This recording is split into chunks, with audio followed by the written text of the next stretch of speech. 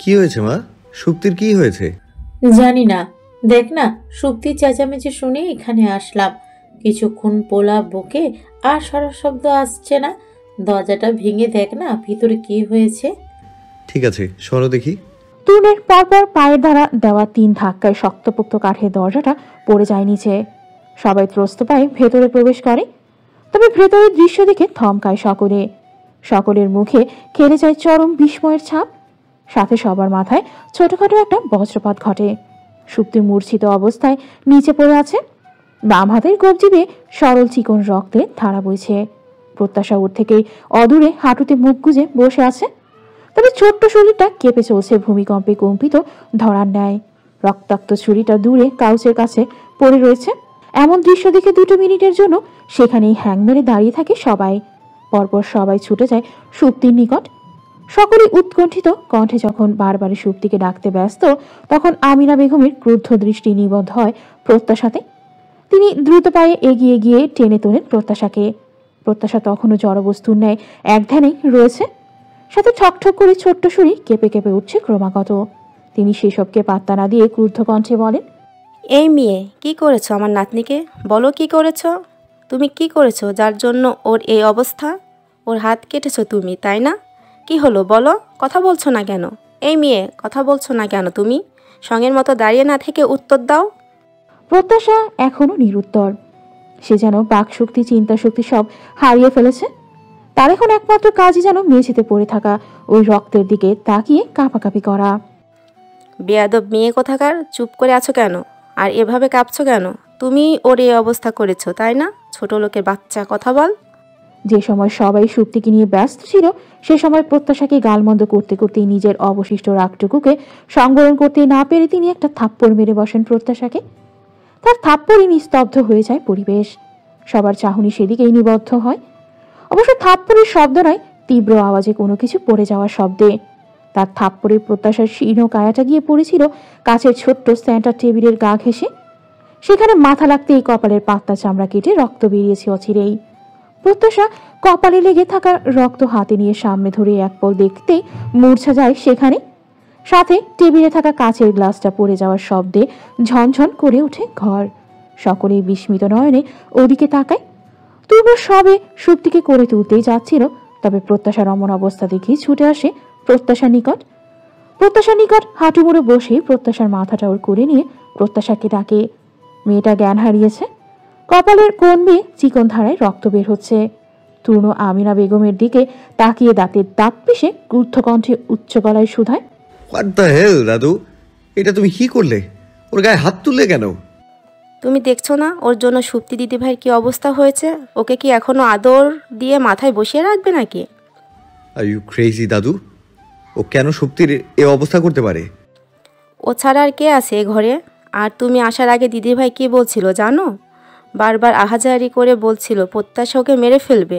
দেখলে তো সত্যি সত্যি কি হাল করে ছাড়লো মেয়েটা। ওকে তো মনে হচ্ছে।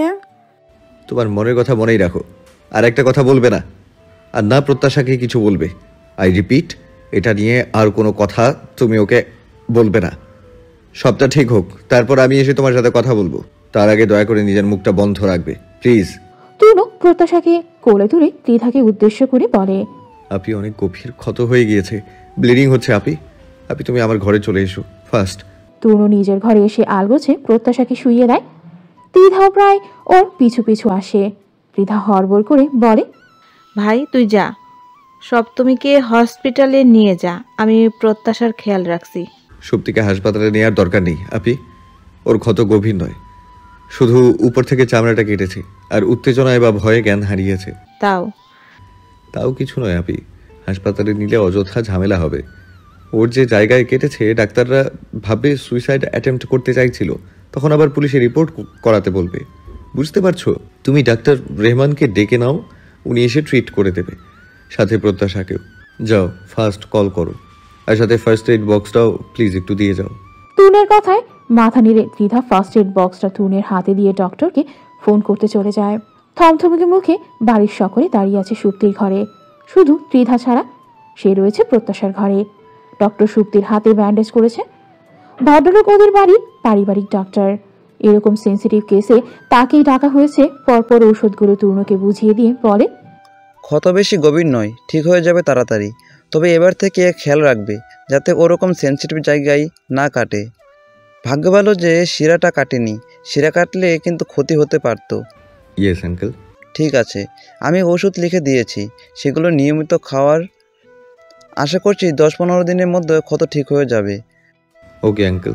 আচ্ছা, ওর জ্ঞান ফিরবে কখন? ভয়ে আমার ব্যথায় জ্ঞান হারিয়েছিল। চিন্তার দরকার নেই, জ্ঞান হারানোর অলরেডি আধ ঘন্টা হয়ে গেছে। আশা করা যায় আর 8-10 মিনিটের মধ্যেই জ্ঞান ফিরবে। ওকে, আপনি আমার সাথে আসুন তাহলে, আরও একজনের ট্রিটমেন্ট করতে হবে। আর কার কি হয়েছে? মাথায় আঘাত পেয়েছে। আপনি আসুন আমার সাথে। তূর্ণ ডক্টরকে নিয়ে নিজের ঘরের দিকে রওনা দেয়। তবে প্রত্যাশাকে নিয়ে তূর্ণের এই চিন্তা পছন্দ হয় না আমিনা বেগমের। যেমন বোনের চেয়ে বউয়ের প্রতি দরদ বেশি দেখাচ্ছে যে আমিনা বেগম ওর যাওয়ার পানে ক্রুদ্ধ দৃষ্টিতে তাকিয়ে থাকেন ক্ষণকাল। তূর্ণ প্রত্যাশার মাথায় সাময়িক ব্যান্ডেজ করে দিয়েছিল। ডক্টর আবার ট্রিটমেন্ট করে ওর মাথায় ব্যান্ডেজ করে দিয়েছে। ত্রিধা প্রত্যাশার শিওরে বসে। তূর্ণ মাথা নিচু করে এক হাত বগল দাপা করে অন্য হাত গালে ঠেকিয়ে দাঁড়িয়ে আছে, যেমন গভীর মনোযোগে কিছু ভাবছে সে। সহসাই সে জিজ্ঞেস করে, আচ্ছা আঙ্কেল, হিমোফোবিয়ার সিমটমস কি? ডক্টর একটু অবাক হয়ে জিজ্ঞেস করে, হিমোফোবিয়া কার হয়েছে? আপনি সিমটমসগুলো বলুন প্লিজ। হিমোফোবিয়া মানেই রক্তভিত। রক্ত দেখলে অসম্ভব ভয় পায় ব্যক্তি। স্বাভাবিক আচরণ যেমন হাত পা কাঁপাকাঁপি, শরীর ঝাঁকুনি দেওয়া, জ্ঞান হারানো, এসবই। রক্ত সম্পর্কে তাদের মনে অসম্ভব রকমের ভীত থাকে। রক্ত মানেই তাদের কাছে ক্রাশ। বুঝেছি ডক্টর, আই থিঙ্ক ওর হিমোফোবিয়া রয়েছে। প্রত্যাশার দিকে তাকিয়ে বলে তূর্ণ। ডক্টরও প্রত্যাশার দিকে তাকায়। ভাইয়ের কথা শুনে চরম অবাক হয় ত্রিধা। সে কিছুটা বিস্ময় নিয়ে শুধায়, তুই এ কথা বলছিস কেন? বিয়ের পরদিন ওর হাত কেটে গিয়েছিল। হাতের দিকে শুধু এক দৃষ্টিতে তাকিয়েছিল। যতক্ষণ রক্ত দেখেছে ততক্ষণ অস্বাভাবিক আচরণ করেছে। আর আজ আবার এই ঘরে তুমি খেয়াল করেছিলে, ছুরিতে মাখানো রক্তের দিকে চেয়েছিল, কাঁপছিল। এত কিছু হয়ে গেল অথচ ওর মাঝে কথা ছিল না। এসব থেকে আমি ধারণা করলাম এটা কি হতে পারে আঙ্কেল। বলো কি হতে পারে? আচ্ছা, তোমার কি মনে হয় এটা কি জন্মগত নাকি রিসাল্ট কোনো ঘটনা প্রেক্ষিতে জন্ম নেওয়া? নো, জন্মগত নয়। আমার মনে হয় রিসেন্ট ঘটনার প্রেক্ষিতে। আর আঙ্কেল, ওর ছোটবেলা থেকে মনে হয় এনজাইটি জাতীয় কিছু সমস্যা রয়েছে। এটার সাথে ওটার কি লিঙ্ক থাকতে পারে? হ্যাঁ, অবভিয়াসলি থাকতে পারে। যাদের উদ্বেগ জনিত সমস্যা রয়েছে তাদের মধ্যেও ভিত্তিটা থাকে, একটু বেশি থাকে। সবসময় যখন কোনো আঞ্চলিক কোনো পরিস্থিতি যেটা তাদের মনে অসম্ভব ভিত্তির সৃষ্টি করে, সেটা তাদের মনে অনেক সময় একটা এরাস হিসেবে থাকতে পারে। আমার মনে হয় ওর ক্ষেপেও এটা রয়েছে। অতিরিক্ত ব্লিডিং বা অন্য কোনো কারণের রক্তের মনে হয় ভয়ের সৃষ্টি করে। সেখান থেকেই হিমোফোবিয়া এসেছে। এটা কিওর হবে কিভাবে? যদি ভয়ের কারণে জানা থাকে তবে ট্রিটমেন্ট সুবিধা হবে। আমি সাজেস্ট তুমি ওকে কোনো ভালো সাইকোলজিস্টের কাছে নিয়ে যাও, তাহলে তাড়াতাড়ি কিউর হবে। ঠিক আছে আঙ্কেল। তুমি তো ঢাকায় থাকো তাই না? দাঁড়াও, আমার পরিচিত একজন রয়েছে, ডাক্তার নিকিতা ভট্টাচার্য। আমি তোমাকে ওনার ঠিকানা দিচ্ছি। কটা দিন ওনাকে দেখাও, দেখো তাড়াতাড়ি কিউর হবে। নাম করা সাইকোলজিস্ট উনি। তূর্ণ একটু ভাবে, অতঃপর বলে, ওকে আঙ্কেল, দিন। ডক্টর তূর্ণকে ঠিকানাটা দিলেই তূর্ণ কিছুক্ষণ শূন্য দৃষ্টিতে ওটার দিকে তাকিয়ে থাকে। প্রত্যাশাকে কি ঢাকায় নিয়ে যাওয়া ঠিক হবে? তাও এই সময়, যে সময়টায় ওর নিজেকেই পদে পদে বিপদের সম্মুখীন হতে হবে। মেয়েটা কি ঠিক থাকবে সেখানে, নাকি আবার নতুন কোনো ট্রমার সম্মুখীন হতে হবে ওকে? সন্ধ্যার পূর্ব মুহূর্ত চলছে এখন। আয়োজন করে প্রকৃতি এ ধারায় সন্ধ্যা নামাতে মত্ত। পশ্চিমা আকাশে লাল নীলিমার আনাগোনা, সূর্য ডুবো ডুবো ভাব। অহর্নিশ পাখির ডাকাডাকির আওয়াজ পাওয়া যাচ্ছে। বোধ করি বাড়ির পেছনের দিকের আঙিনায় বড় প্রজাতির কোনো গাছে পাখির দলেরা বাসা বেঁধেছে। সন্ধ্যাবেলা নিড়ে ফেরার সময় আর প্রভাতে উষা ওঠার প্রাক্কালে আজকাল তাদের কিচিরমিচির ডাকাডাকির আওয়াজ পাওয়া যায় ভীষণ। এই যেমন এখন তাদের নিরে ফেরার সময় হয়েছে, আর কিচিরমিচির হাঁক ডাকে তারা নিরে ফিরছে। তাদের এই কিচিরমিচির ডাক ছাড়া আনান ভিড়া এখন নিস্তব্ধ। নিস্তব্ধতায় মুড়ে আছে বাড়ির প্রতিটি কোণা আঙিনা। শেষ দুপুরে বাড়িতে অমন একটা ঘটনা ঘটার পর হইচই হয়েছিল খুব। এখন সবকিছু নিস্তব্ধ, যে যার মতো কাজ করে চলেছে। বাড়িতে দুজন অসুস্থ মানবী, একজনের জ্ঞান ফিরেছে আর একজন এখনো মূর্ছিত অবস্থায় পড়ে আছে। প্রত্যাশার মস্তিষ্কের অতিরিক্ত চাপজনিত কারণে জ্ঞান হারিয়েছে, তাই তার মস্তিষ্কের চাপ কমানোর জন্য ঘুমের ইঞ্জেকশন দেওয়া হয়েছিল। ঘুমের ইঞ্জেকশনের প্রভাবে সে এখনো গভীর ঘুমে। ত্রিধা আর তূর্ণ ব্যালকনিতে বসে রয়েছে, কেউ কারোর দিকে তাকিয়ে নেই। দুজনের নজরই সোজাসুজি সামনের দিকে। দুজনেই নিশ্চুপ বসে আছে বহুক্ষণ। এবারে ত্রিধা মুখ খোলে, হতাশ কণ্ঠে বলে, আচ্ছা, মেয়েটার এই অবস্থা আমার জন্যই হয়েছে। কেন যে নিজের জীবনের সাথে ওদের জড়াতে গিয়েছিলাম। আমার জন্য দুটো তাজা প্রাণ নষ্ট হলো, আর একটা প্রাণ থেকেও যেন আস্তে আস্তে নষ্ট হচ্ছে। এতে তোমার কোনো দোষ নেই আপি, এটা ওদের ডেস্টিনি। তুমি তো বলেছিলে আমাদের পুরো লাইফটাই ডেস্টিনি নির্ভর। আমি যদি ওদের সাথে না জড়াতাম তাহলে এসব কখনোই হতো না। আপি, তোমার যদি ওনাদের মৃত্যুর জন্য নিজেকে দায়ী মনে হয়, তবে এটা শুনে রাখো, এর জন্য তোমার কোনো দায় নেই। হ্যাঁ, তাদের মৃত্যুর সাথে তোমার একটা লিঙ্ক আছে, কিন্তু তোমাকে বাঁচাতে গিয়ে ওনারা মারা যায়নি। ওনাদের মারা হয়েছে অন্য কারণে। ওনাদেরকে প্রি প্ল্যান্ড মার্ডার করা হয়েছে, যেটাকে ওই রাতের ঘটনার সাথে চালিয়ে দেয়া হয়েছে। ত্রিধা দুটো মিনিটের জন্য নির্বাক হয়ে যায়। সে বিস্মিত নয়নে তাকিয়ে থাকে তূর্ণের পানে। নিজের বিস্ময় একটু ধাতস্থ হতেই প্রশ্ন করে, কি বলছিস ভাই এসব? ওনাদেরকে কেউ কেন প্রিপ্ল্যান্ট মার্ডার করতে যাবে? তুই যা বলছিস ভেবে বলছিস তো? ইয়েস আপি, আমি যা বলছি শুধু ভেবে নয়, জেনেই বলছি। ত্রিধা আরেক দফা বিস্মিত হয়। সে ক্ষণকাল তূর্ণের দিকে তাকিয়ে থাকে। সাধারণ ভঙ্গিতেই সামনের দিকে তাকিয়ে আছে সে, তবে দেখে মনে হচ্ছে না আজেবাজে কিছু বলছে। তবুও সে প্রায় বিস্মিত কণ্ঠে শুধায়, এসব কি তুই বলছিস? ওদের সাথে কার কি শত্রুতা থাকতে পারে যার জন্য মার্ডার অবধি পৌঁছে গেল? আমি ওনাদের সাথে যে কদিন থেকেছি, মিশেছি, এতটুকু বুঝেছি তারা সাধারণ জীবনযাপন করেন, খুবই সাধারণ। তিনটে মানুষই একে অপরের সব কিছু। অন্য ভাইদের সাথেও ঝুটঝামেলাহীন চলেন সব সময়। ওদের মতো মানুষের সাথে কার এত বড় শত্রুতা থাকতে পারে? এই প্রশ্নের জবাবে চুপ থাকে তূর্ণ, যেমন উত্তরটা দিতে সে ইচ্ছুক নয়। ত্রিধা তূর্ণকে চুপ থাকতে দেখে নিজে অবচেতন মনে কিছু হিসাব মেলাবার চেষ্টা করে। ত্রিধা আজ থেকে 4 মাস আগে সে তার ভলেন্টিয়ার টিমের সাথে গিয়েছিল অতিথিপুর। সেখানে গিয়েই তার প্রত্যাশার পরিবারের সাথে পরিচয়। এই পরিবারটির সাথে অতিরিক্ত পরিচিতির একমাত্র কারণ প্রত্যাশা ও তার পরিবারের অমায়িক ব্যবহার। সেখানে মূলত কিশোরীদের নিয়েই কাজ করত ত্রিধা।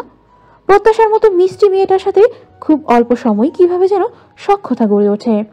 প্রত্যাশার মা ও ত্রিধাকে বিশেষ স্নেহ করতেন, তবে পরিচিতিটা বেশি হয় যখন প্রত্যাশার বাবা তাকে আসন্ন বিপদের হাত থেকে বাঁচিয়েছিল। রাতের বেলা কিছু বকাটের কবল থেকে রক্ষা করে ঠাঁই দিয়েছিল তার বাড়িতে।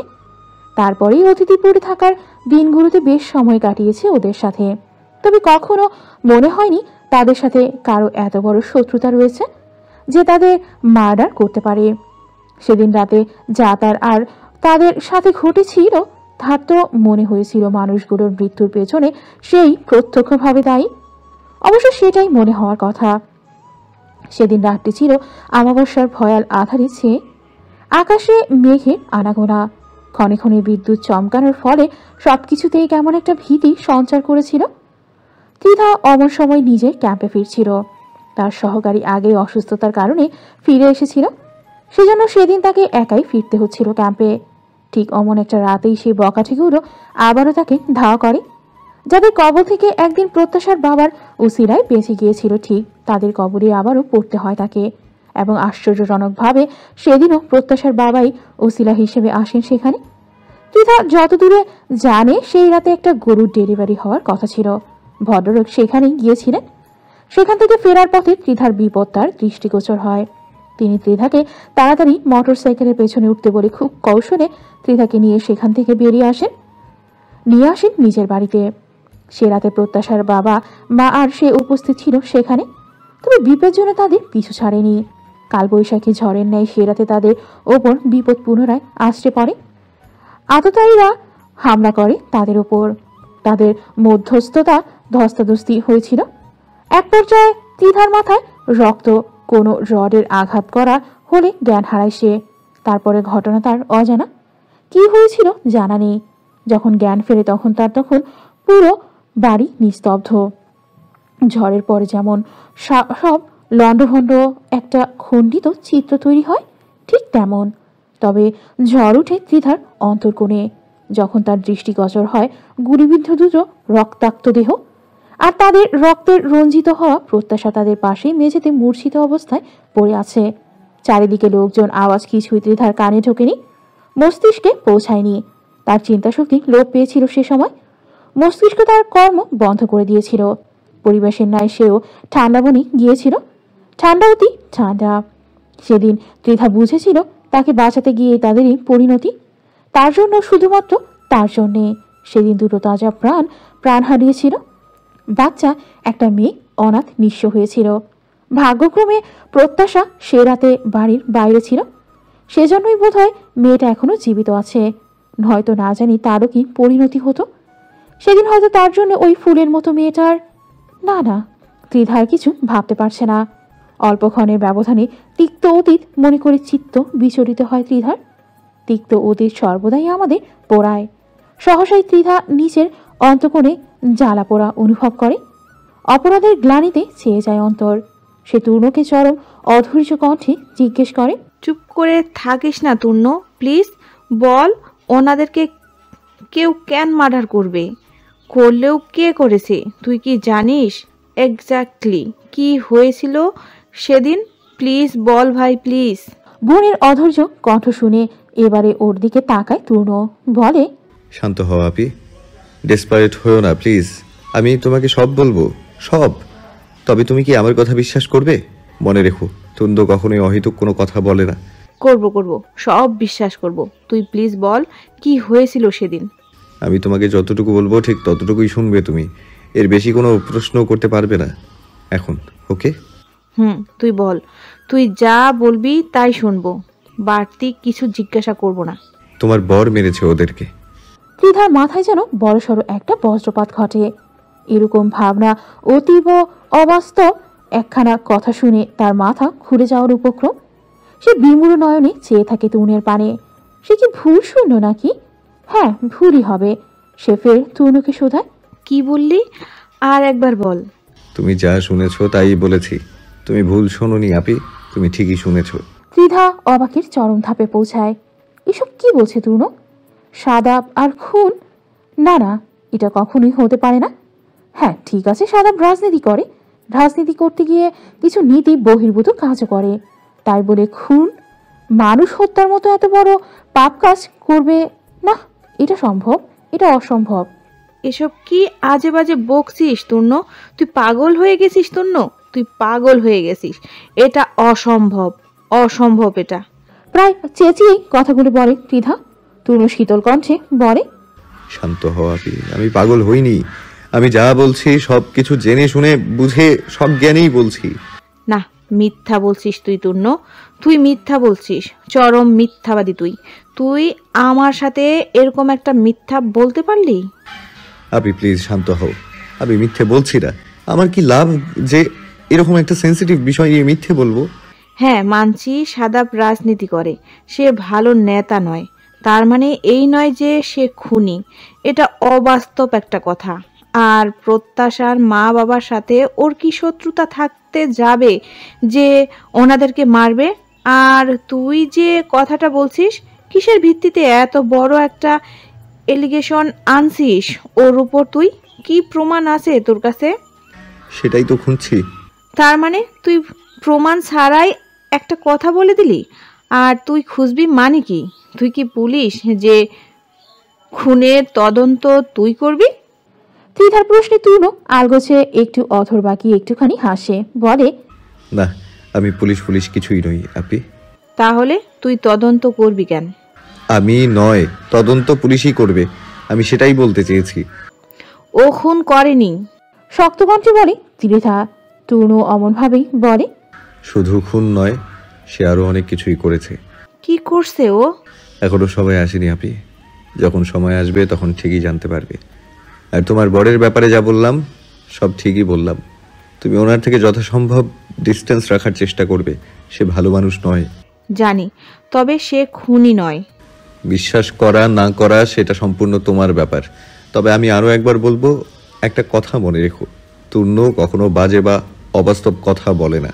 তরুণের কথায় ওর দিকে ক্ষণিক তাকিয়ে থাকে ত্রিধা। তার এখনো বিশ্বাস হচ্ছে না যে সাদা বেরকম কিছু করতে পারে। আর যদি কিছু করেও থাকে সেটা তরুণের জানার কথা নয়। সেদিন রাত কি হয়েছিল তার সাথে সে কথা তো সে কাউকে বলেনি। প্রত্যাশার মা বাবা তার জন্যই মারা গিয়েছে, এমন কথাই সে তরুণকে ওদের বিয়ের দিন বলেছিল, যাতে তরুণ বিয়েতে রাজি হয়। এছাড়া আর কোনো উপায়ও ছিল না তাকে রাজি করানোর। সেজন্য এমন একখানা কথা বলতেই হয়েছিল। তবে ওনাদের মৃত্যুর সম্পর্কে এত কিছু তো তরুণের জানার কথা নয়। আর এই পুলিশি তদন্ত তো বন্ধ হয়ে গিয়েছিল, আততায়ীরাও সাজা পেয়েছে। তবে ও আবার কোন তদন্তের কথা বলছে? ত্রিধা কিছুটা সন্দেহপ্রবণ কণ্ঠে শুধায়। তূর্ণ, তুই আবার ওনাদের কেসে তদন্ত চালাচ্ছিস? হ্যাঁ, চালাচ্ছিলাম। এখন চালাচ্ছিস না? না। আগে চালাচ্ছিলি কেন? ওই রাতে যারা ছিল তারা সবাই তো ধরা পড়েছিল। তাহলে উত্তর পরে পাবে আপি। শুধু একটা কথা মাথায় ঢুকিয়ে নাও, প্রত্যাশার মা বাবাকে তোমার বড়ি মেনেছে। তুমি তার থেকে দূরত্ব বজায় রাখো, এটাই তোমার জন্য মঙ্গল। পারলে বেরিয়ে এসো এই সম্পর্ক থেকে। একটু থেমে প্রত্যাশার কাছে থাকো আপি, আসছি আমি। নিজের কথা শেষ করে সেখান হতে প্রস্থান করে তরুণ। ত্রিধা নিশ্চল চাহনিতে তাকিয়ে থাকে ওর যাওয়ার পানে। এসব কি বলে গেল তরুণ? আদৌ কি এটা সত্যি নাকি তরুণের ভ্রম? কিছু অনুমতি বড্ড বিষাক্ত। তরুণ ভাইকে পেতে পেতেও নিজের করে না পাওয়া, নিজের থেকে ক্রমাগত তরুণ ভাইয়ের দূরে সরে যাওয়া, ওই মেয়ের প্রতি তরুণ ভাইয়ের অতিরিক্ত দরদ, কোনো কিছুই সহ্য হয় না সুপ্তির। ওই মেয়েটাকেই তরুণ ভাইয়ের পাশে দেখার অনুভূতি বড্ড বিষাক্ত। তবুও দাঁতের দাঁত চেপে এই বিষাক্ত অসহনীয় অনুভূতি সুপ্তি সহ্য করছে গত কয়েকটা দিন। তবে তবে যখন ওই মেয়ের সাথে তরুণ ভাইয়ের একসাথে থাকা, ঘুরতে যাওয়ার কথা, বাইরে রাত কাটানোর কথা শুনল, তখন আর নিজেকে সংযত করতে পারেনি সে। নিজেকে প্রায় ঘরবন্দি করে নিয়েছিল সে। তবে দুপুরের মধ্যভাগে প্রত্যাশাকে নিজের ঘরে দেখে রাগের পারদটা হু হু করে বাড়ি সুপ্তির। সেদিন রাস্তায় সেই ছিনতাইকারীর ঘটনাটা মাথায় গেঁথে গিয়েছিল সুপ্তির। কি ভেবে যেন একখানা ছুরিও কিনে এনেছিল। সেদিনের কিনে আনা ছুরিটা ধরিয়ে দেয় প্রত্যাশার হাতে। তবে না, প্রত্যাশা তাকে আঘাত করেনি, সে নিজেই নিজেকে আঘাত করেছে। আর এই কথা সে কাউকে বলবে না, কাউকে না। সবাই ভাববে প্রত্যাশাই করেছে এ কাজ। তরুণ ভাইও তখন ওই ফালতু মেয়েটাকে ঘৃণা করবে, বের করে দেবে বাড়ি থেকে। এমনই একটা ধারণা নিজের মনের মধ্যে পুষে ঘটনার পুরোপুরি উল্টো বর্ণনা দেয় সুপ্তি। জ্ঞান ফিরতেই সবার জিজ্ঞেস করায় এমনভাবে সবার নিকট ঘটনার বর্ণনা করে যেন সমস্ত দোষটাই প্রত্যাশার। প্রত্যাশাই ওর ঘরে ঢুকে আকস্মিক আক্রমণ করেছে। কেন করেছে এটা তার নিজেরও অজানা। আমিনা বেগম এ কথা শোনার পর থেকে রেগে আগুন। রিনা বেগমও নারাজ হয়েছেন প্রত্যাশার উপর। মেয়েটা এমন কেন করলো? সুপ্তির সাথে তো তার কোনো রেশারেশি ছিল না। তাহলে তিনি প্রত্যাশার উপর নারাজ হলে পুরোপুরি মেয়ের কথা বিশ্বাসও করতে পারেন না। তার অবস্থা হয়েছে অথৈ জ্বরে পড়ার মতো। বিশ্বাস অবিশ্বাসের মধ্যস্থতায় রয়েছেন তিনি। ড্রয়িং রুমে বিছানো কারুকার্য খচিত সোফাগুলোতে বসে আছে সকলে। মাগরিবের নামাজে কিছুক্ষণ পরপরই সবাই একসাথে বসেছে এখানে। সকলের মুখের অবস্থায় থমথমে। বাড়িতে ওরকম একটা ঘটনা ঘটেছে শোনার পরপরই নিজের সমস্ত কাজ মিটিয়ে বাড়িতে ফিরেছে আফাত সাহেব। সুপ্তির বাবা দেশে নেই। তার ছোট ভাইয়ের অবর্তমানে তার সন্তানদের খেয়াল রাখার সমস্ত দায়িত্বটাই তার। সুপ্তি সূর্যকে তিনি সর্বদা নিজের ছেলে মেয়ের থেকেও কম চোখে দেখেননি। তাই বাইরের একটা লো ক্লাস মেয়ের জন্য নিজের মেয়ের এমন ক্ষতি তিনি কিছুতেই মানতে পারেন না। এই ঘটনার পর যেন প্রত্যাশার উপর তার রাগ, নারাজি সবকিছু দ্বিগুণ হারে বৃদ্ধি পায়। তিনি মূলত এখনো তরুণের জন্যই এখানে অপেক্ষা করছেন। তার বহুক্ষণ গড়ালেও তরুণের না আসায় আরেক দফা নারাজ হন তিনি। গমে গমে গলায় স্ত্রীকে উদ্দেশ্য করে বলেন, তহুরা, কোথায় তোমার ছেলে? এখনো কি বউয়ের সেবা করতে ব্যস্ত নাকি? আসবে এখানে। তহুরা বেগম সিঁড়ির দিকে একবার তাকিয়ে বলেন, আসবে না কেন? তুমি ডেকেছো যখন নিশ্চয়ই আসবে। আর এভাবে বলছো কেন? ওই মেয়েটাও তো আঘাত পেয়েছে নাকি? শেষ কথাটা শাশুড়ির দিকে ফিরে একটু ঠেস দিয়ে বলেন তিনি। আমিনা বেগম বোধহয় লক্ষ্য করেন ওনার দৃষ্টি। উনিও তার স্বরে বলেন, এই মেয়ে আঘাত পেয়েছো ঠিক আছে, কিন্তু দিদি ভাই তো আঘাত পেয়েছে, অথচ টুন্নু দাদুভাই বোনকে একবারও দেখতে গেল না। সেই কখন থেকে বউয়ের কাছে বসে আছে, দুদিনের সম্পর্কের জন্য এতদিনের জন্মের সম্পর্ককে তুচ্ছ করলো। আমি দুদিনের সম্পর্কের জন্য জন্ম থেকে যে সম্পর্ক সেটাকে তুচ্ছ করি না দাদু। আমার কাছে যেটা ঠিক মনে হয়েছে আমি সেটাই করেছি। কথাগুলো বলতে বলতে একটা সিঙ্গেল সোফায় এসে বসে তুর। আমিনা বেগম ওর কথার বিপরীতে রুষ্ট কণ্ঠে বলেন, তোমার কাছে বোনের পাশে থাকার চেয়ে বউয়ের পাশে থাকাটা বেশি ঠিক মনে হয়েছে। হ্যাঁ দাদু, সুপ্তির কাছে তোমরা সবাই ছিলে, কিন্তু ওর পাশে কে ছিল? আপনি ছাড়া কেউ ছিল না। তাছাড়া সুপ্তির জন্য আমার যা করার দরকার আমি করেছি। তো তাহলে এই সামান্য একটা বিষয় নিয়ে কথা কেন বলছো? ডাক্তার চলে যাওয়ার পর গিয়েছিল একবারও দেখতে, সে কেমন আছে না আছে সেটা দেখতে। যাওয়ার প্রয়োজন ছিল না তো। আর আমি এটা নিয়ে আর কোনো কথা বলতে চাচ্ছি না। বাবা, তুমি ডেকেছো কেন? পরিবেশ দেখে মনে হচ্ছে এখানে খুব সিরিয়াস কথাবার্তা চলছিল। আফাজ সাহেব এতক্ষণ তীক্ষ্ণ দৃষ্টিতে তাকিয়েছিলেন তুনের পানে। এবারে চোখ থেকে নেমে যাওয়া চশমাটা হালকা ঠিক করে সুধান, দুপুরে বাড়িতে কি ঘটেছে না ঘটেছে সেসব নিশ্চয়ই আর আলাদা করে বলতে হবে না, সবই জানো তুমি। জানি। ঘটনা সবকিছু কি জানো? হ্যাঁ। সুপ্তির হাত যে তোমার বউ কেটেছে ওটাও কি জানো? জানি। বাহ, তার মানে ঘরে বসে সব খবরই রেখেছো, সব জানো। তাহলে আলাদা করে আর কিছুই বলতে হচ্ছে না আমাকে। এখন তোমার কি বলার আছে সেটা নিয়ে? সুপ্তি যদি বলে থাকে যে প্রত্যাশার উপর ছুরিকাঘাত করেছে, তাহলে ও মিথ্যা বলেছে। তুনের ভাবলেশী জবাব পছন্দ হয় না বাড়ির কারোরই। আফাজ সাহেব ক্রুদ্ধ কণ্ঠে বলেন, বাহ, এতটা অধপতন হয়েছে তোমার? ওই মেয়েটাকে নির্দোষ প্রমাণ করার জন্য নিজের বোনকে মিথ্যাবাদী বানিয়ে দিচ্ছ। ওর একটা নাম আছে বাবা, প্রত্যাশা। ওকে ওই নামেই ডাকবে। বারবার ওই মেয়ে করবে না, শুনতে খারাপ লাগে।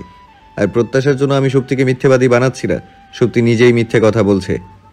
আই ডোন্ট নো এরকম একটা ফেক অ্যালিগেশন প্রত্যাশার উপর কেন দিল, বাট ও তোমাদের যা বলেছে সব মিথ্যেই বলেছে। ওই ঘরে তখন সুপ্তি আর তোমার বউ ব্যতীত আর কেউ ছিল না। যখন ওই ঘরে ঢোকা হয় তখন সুপ্তির হাত কেটে রক্ত বেরাচ্ছে, জ্ঞানহারা দিয়েছিল ওর। আর তোনার বউ ওর পাশেই বসেছিল। সুপ্তি জ্ঞান হারানোর আগে বারবার করে বলছে প্রত্যাশা ওর ক্ষতি করবে, করছেও একটা ক্ষতি। তুমি তো সব জানো, তাও যদি মনে হয় সুপ্তি যা বলছে মিথ্যা বলছে, তাহলে কেন করবে এরকম? প্রমাণ করো যে সে মিথ্যা বলছে। কি পারবে? পারবো, তার জন্য আমার সুপ্তিকে লাগবে। সেই সব কনফিউশন দূর করবে তোমাদের। এই অবস্থায় ওকে নিচে আসার বলছো? নো, ও নিচে আসতে পারবে না, কিন্তু আমরা ওর ঘরে যেতে পারবো। ওখানেই চলো, ওখানে সব কথা হবে। সুপ্তির ঘরে গিয়ে তুনো খুব শান্ত কণ্ঠে ওকে জিজ্ঞেস করে, আমি তোকে যা জিজ্ঞেস করবো তার ঠিকঠাক উত্তর দিবি তুই। যা বলবি সব সত্যি সত্যি বলবি। কি বলবি তো? বহুক্ষণ পরে তুনো ভাইকে দেখে যে একটু অশান্ত মনে শান্তির উদ্রেক হয়েছিল সুপ্তির, তবে তুনো ভাইয়ের এমন শান্ত শীতল স্বর শুনে তা মুহূর্তেই উড়াল দেয়। মনের মধ্যেই একরাশ অশান্তি এসে ভর করে। তুনো ভাইয়ের শীতল কণ্ঠকে সে ভয় পায়। কি জিজ্ঞেস করবে তুনো ভাই তাকে? একরাশ ভয়কে মনে চেপে সুধায়, কি জিজ্ঞেস করবে ভাইয়া? করো না। সত্যি বলবি তো? বলবো। দুপুরে তোর ঘরে ঠিক কি হয়েছিল সেটাই বলবি। সত্যি একে একে বাড়ির সকলের দিকে একবার তাকায়। সবার অগোচরে বুক ভরে লম্বা একটা সমীরণ নিয়েই তুনের দিকে পূর্ণ দৃষ্টিতে তাকিয়ে বলে, দুপুরে আমি পড়ছিলাম, একটা ট্রাম সমাধান করতে পারছিলাম না বলে বারবার কাগজ চিরে রাগে এদিক ওদিক ফেলছিলাম। তখন প্রত্যাশা আমার ঘরে এলো, এসে শুধু একবার জিজ্ঞেস করছিল, এভাবে কাগজ ফেলছো কেন আপু? ঘর নোংরা হচ্ছে, পরিষ্কার করুন এগুলো। আমি বললাম আমি এখন পারবো না, তাই নিয়ে ও আমার সাথে তর্কাতর্কি শুরু করে দিল। এক পর্যায়ে হঠাৎ করে দরজা লাগিয়ে এসে আমার টেবিল থেকে ছুরিটা তুলে আঘাত করে বসলো। তোর টেবিলে ছুরি এলো কিভাবে? ওটা আমি আর্টিফিশিয়াল ফ্লাওয়ার বানাবো তাই নিয়ে এসেছিলাম, মাঝে মাঝে লাগে এগুলো। তার মানে তুই বলতে চাইছিস প্রত্যাশা তোর ঘরে তোকে দিয়ে কাগজ পরিষ্কার করাবে বলে এসেছিল? জানি না ও কি করতে এসেছিল, তবে ও এসে এই কথা তুলেছিল। আর তুই খাতায় কিসের টার্ম পারছিলি না তাই ছিঁড়ে ছিঁড়ে ফেলছিলি? Higher math. মিথ্যে কথা। শীতল কণ্ঠ গরম হয় টুনের আকস্মিক হুঙ্কারে অল্প বিস্তর কেঁপে ওঠে সুপ্তি, তবুও নিজেকে সামনে বলে, না ভাইয়া, আমি সত্যি। একদম চুপ সুপ্তি, আর একটাও মিথ্যে কথা বলবি না। আর যদি একটাও মিথ্যে কথা বলিস তাহলে ঠাটি একটা দুটা থাপ্পড় মারতে ভুলবো না আমি, মনে রাখিস সেটা। এসব কি ধরনের ব্যবহার তুন্য? তুমি তোমার বউকে নির্দোষ প্রমাণ করার জন্য বোনের সাথে এরকম ব্যবহার করবে? আফাজ সাহেব তুনোকে ধমকান, তবে তুনো বাবার কথা বিশেষ পাত্তা না দিয়ে ফের সুপ্তিকে বলে, সুপ্তি, তুই এবার সত্যি কথা বলবি নাকি আমি বলবো? মনে রাখিস, আমি বললে কিন্তু সব সত্যি বলবো সবার সামনে, যেটা আমি এখন বলতে চাইছি না। তাই আমি যতটুকু জিজ্ঞেস করব তার ঠিকঠাক উত্তর দিবি। সুপ্তির মুখবিবরে ভর করে একরাশ বিস্ময়। তুনো ভাই সব সত্যি বলতে কি বোঝাতে চাইছে, কি জানে তুনো ভাই? সুপ্তি নিজের উৎকণ্ঠাকে মনের মধ্যে চেপে আবারও বলে, না তুনো ভাই, প্রত্যাশাই আমাকে। তুই জানিস প্রত্যাশার হিমোফোবিয়া আছে? হিমোফোবিয়ায় আক্রান্ত একটা মেয়ের পক্ষে তোকে আঘাত করা অস্বাভাবিক নয় কি? যেখানে সে জানে আঘাত করলেই রক্ত বের হবে আর তার রক্তে আকাশ সমভীতি, এখানেই প্রমাণিত হয় প্রত্যাশা তোকে আঘাত করেনি। তাও যদি তুই বলিস ওই তোকে আঘাত করেছে, তাহলে বলবো কেন আঘাত করবে তোকে? মেঝে থেকে কাগজ কুড়ানোর মতো একটা লেম টপিক নিয়ে? ও নিজেই সব সময় পূর্ণ ও আপি ব্যতীত প্রত্যেকটা মানুষকে নিয়ে ভীতিতে ভোগে, সেখানে ওর এতটা সাহস হয়ে গেল যে তোর সাথে কাগজ কুড়ানোর মতো একটা টপিক নিয়ে ঝগড়া করে তোকে আঘাত করবে? How ridiculous! তুনের ধমকে সুপ্তির চোখে এবার পানি এসে যায়। এখন তুনো ভাইকে দেখছে সে, তুনো ভাই তাকে এভাবে বকছে শুধুমাত্র ওই মেয়েটার জন্য। ভাইয়া তাকে এভাবে বকছে, হ্যাঁ তুনো ভাই শাসন করেছে তাকে, তাই বলে কখনো এভাবে ধমকায়নি। আজকে যতটা তুনো ভাইয়ের চোখে ক্রোধ দেখতে পাচ্ছে, এতটা ক্রোধ সে কখনো দেখেনি। তুনো ভাইয়ের এতটা বদল, এতটা। সুপ্তির রাগ উঠে প্রত্যাশার প্রতি, সে এবারে প্রায় চেঁচিয়েই বলে, হ্যাঁ মিথ্যে বলেছি আমি। ওই ফালতু মেয়েটা কিছু করেনি আমাকে, আমি নিজেই কেটেছি নিজের হাত, আর সব দোষ চাপিয়েছি ওই শয়তান মেয়েটার গাড়ে। শান্তি হয়েছে? সত্যি এসব কি ধরনের সম্বোধন করছিস তুই ওকে? বেশ করেছি, আরও করব। ও বজ্জাত, শাকচুন্নি, নির্লজ্জ, ডাইনি। যে অন্যের জিনিস কেড়ে নেয় সে ডাইনি। ও একটা ডাইনি। ও আমার জিনিস কেড়ে নিয়েছে, আমাকে কষ্ট দিয়েছে, যন্ত্রণা দিয়েছে, তিলে তিলে শেষ করেছে। আমি ওকে সহ্য করতে পারি না তুন্য ভাই, আমি ওকে সহ্য করতে পারি না। আমি ওকে মনে চাই। স্টপ ইয়োরসেলফ সুপ্তি, মুখ দিয়ে যদি আর একটাও বাজে কথা বের হয় তাহলে মনে রাখিস। কি মনে রাখবো তুন্য ভাই? তুমি মারবে আমাকে? ওই মেয়েটার জন্য আমার গায়ে হাত তুলবে? ঠিক আছে তোলো, মারো আমাকে, এমনিতেও মরে যাচ্ছি। তিলে তিলে মরার চেয়ে একেবারে মরা ভালো। তুমি মারো আমাকে, একেবারে মেরে ফেলো। তুনো মাথা নিচু করে দু হাতে মাথা চেপে ক্রোধ সংবরণের চেষ্টায় লিপ্ত। সে বসে আছে সুপ্তির বেডের পাশে একটা চেয়ারে। বাড়ির সবাই ছড়িয়ে ছিটিয়ে এখনো ও ঘরেই দাঁড়িয়ে, তারা বিস্ময় কিং কর্তব্য বিমূল। প্রথম বিস্ময় সুপ্তির প্রত্যাশাকে মিথ্যে অপবাদ দেয়া নিয়ে, দ্বিতীয় বিস্ময় সুপ্তি আর তুনের কথাবার্তায়। তারা তাদের কথাবার্তায় কিছুই ঠিকভাবে ধরতে পারছে না, তবে এটুকু বুঝতে পারছে ঠিকই সুপ্তি, তুনো আর প্রত্যাশার মাঝে নিশ্চয়ই বড় ধরনের কোনো জটিলতার সৃষ্টি হয়েছে। এবারেই মুখ খোলেন আফাজ সাহেব। এসব কি হচ্ছে? এটা কি তুন্য? কি সমস্যা হয়েছে তোমাদের মধ্যে? আর যদি কিছু হয়ে থাকে তাহলে ভালোভাবে মিটিয়ে নাও। এভাবে ধমকাচ্ছ কেন মেয়েটাকে? বাবা, তোমরা জেনেছ প্রত্যাশা দোষী নয়, সে কিছু করেনি। তোমাদের যেটা জানার ছিল সেটা তোমরা জেনেছো, এবার তোমরা আসতে পারো প্লিজ। আমাদের মধ্যে যাই ঝামেলা হয়েছে তা আমরাই মিটিয়ে নেব। তোমরা এখন যাও প্লিজ, আমি শক্তির সাথে আলাদা করে কথা বলতে চাই। ওর সাথে এখন আবার অনেক বোঝাপড়া বাকি আছে। না, আমরা কোথাও যাব না। ওকে কি বলবে আমাদের সামনেই? সব সময় ছোটদের ম্যাটারে বড়দের থাকতে নেই বাবা, মাঝে মাঝে তাদের প্রাইভেসির প্রয়োজন আছে। এই প্রাইভেসিটুকুই আমাদের দাও। আর যদি ভয় পাও আমি সত্যিকে কিছু বলবো কিনা, তাহলে মনে রেখো আমি ওর গায়ে হাত তুলবো না, তবে ধমকানোর প্রয়োজন হলে ঠিকই ধমকাবো। শি ডিজার্ভস ইট। সত্যি মামনি, তুমিও কি ভাইয়ের সাথে আলাদা করে বলতে চাও? সুপ্তিকে জিজ্ঞেস করেন আফাজ সাহেব। সুপ্তি হ্যাঁ সূচক মাথা নেড়ে বলে, হ্যাঁ চাচ্চু। এবার এই বাড়ির সবাইকে না চাইতেও প্রস্থান করতে হয় গড় হতে। তবে যাওয়ার আগে আফাদ সাহেব কড়া কণ্ঠে তরুণের সুপ্তিকে ধমকাতে নিষেধ করে যান। ওনারা চলে গেলে তরুণ আগেই গিয়ে ছিটকিনি লাগিয়ে আসে। এবারে ফের নিজের জায়গায় বসে পকেট থেকে কিছু কাগজের টুকরো বের করে সুপ্তির সামনে ধরে জিজ্ঞেস করে, হোয়াট ইজ দিস সুপ্তি? এগুলো তোর হায়ার ম্যাথের টার্ম? কাগজগুলোতে তরুণকে নিয়ে সুপ্তির টুকরো টুকরো অনুভূতি ও প্রত্যাশাকে নিয়ে রাগ সমূহ ব্যক্ত করা হয়েছে।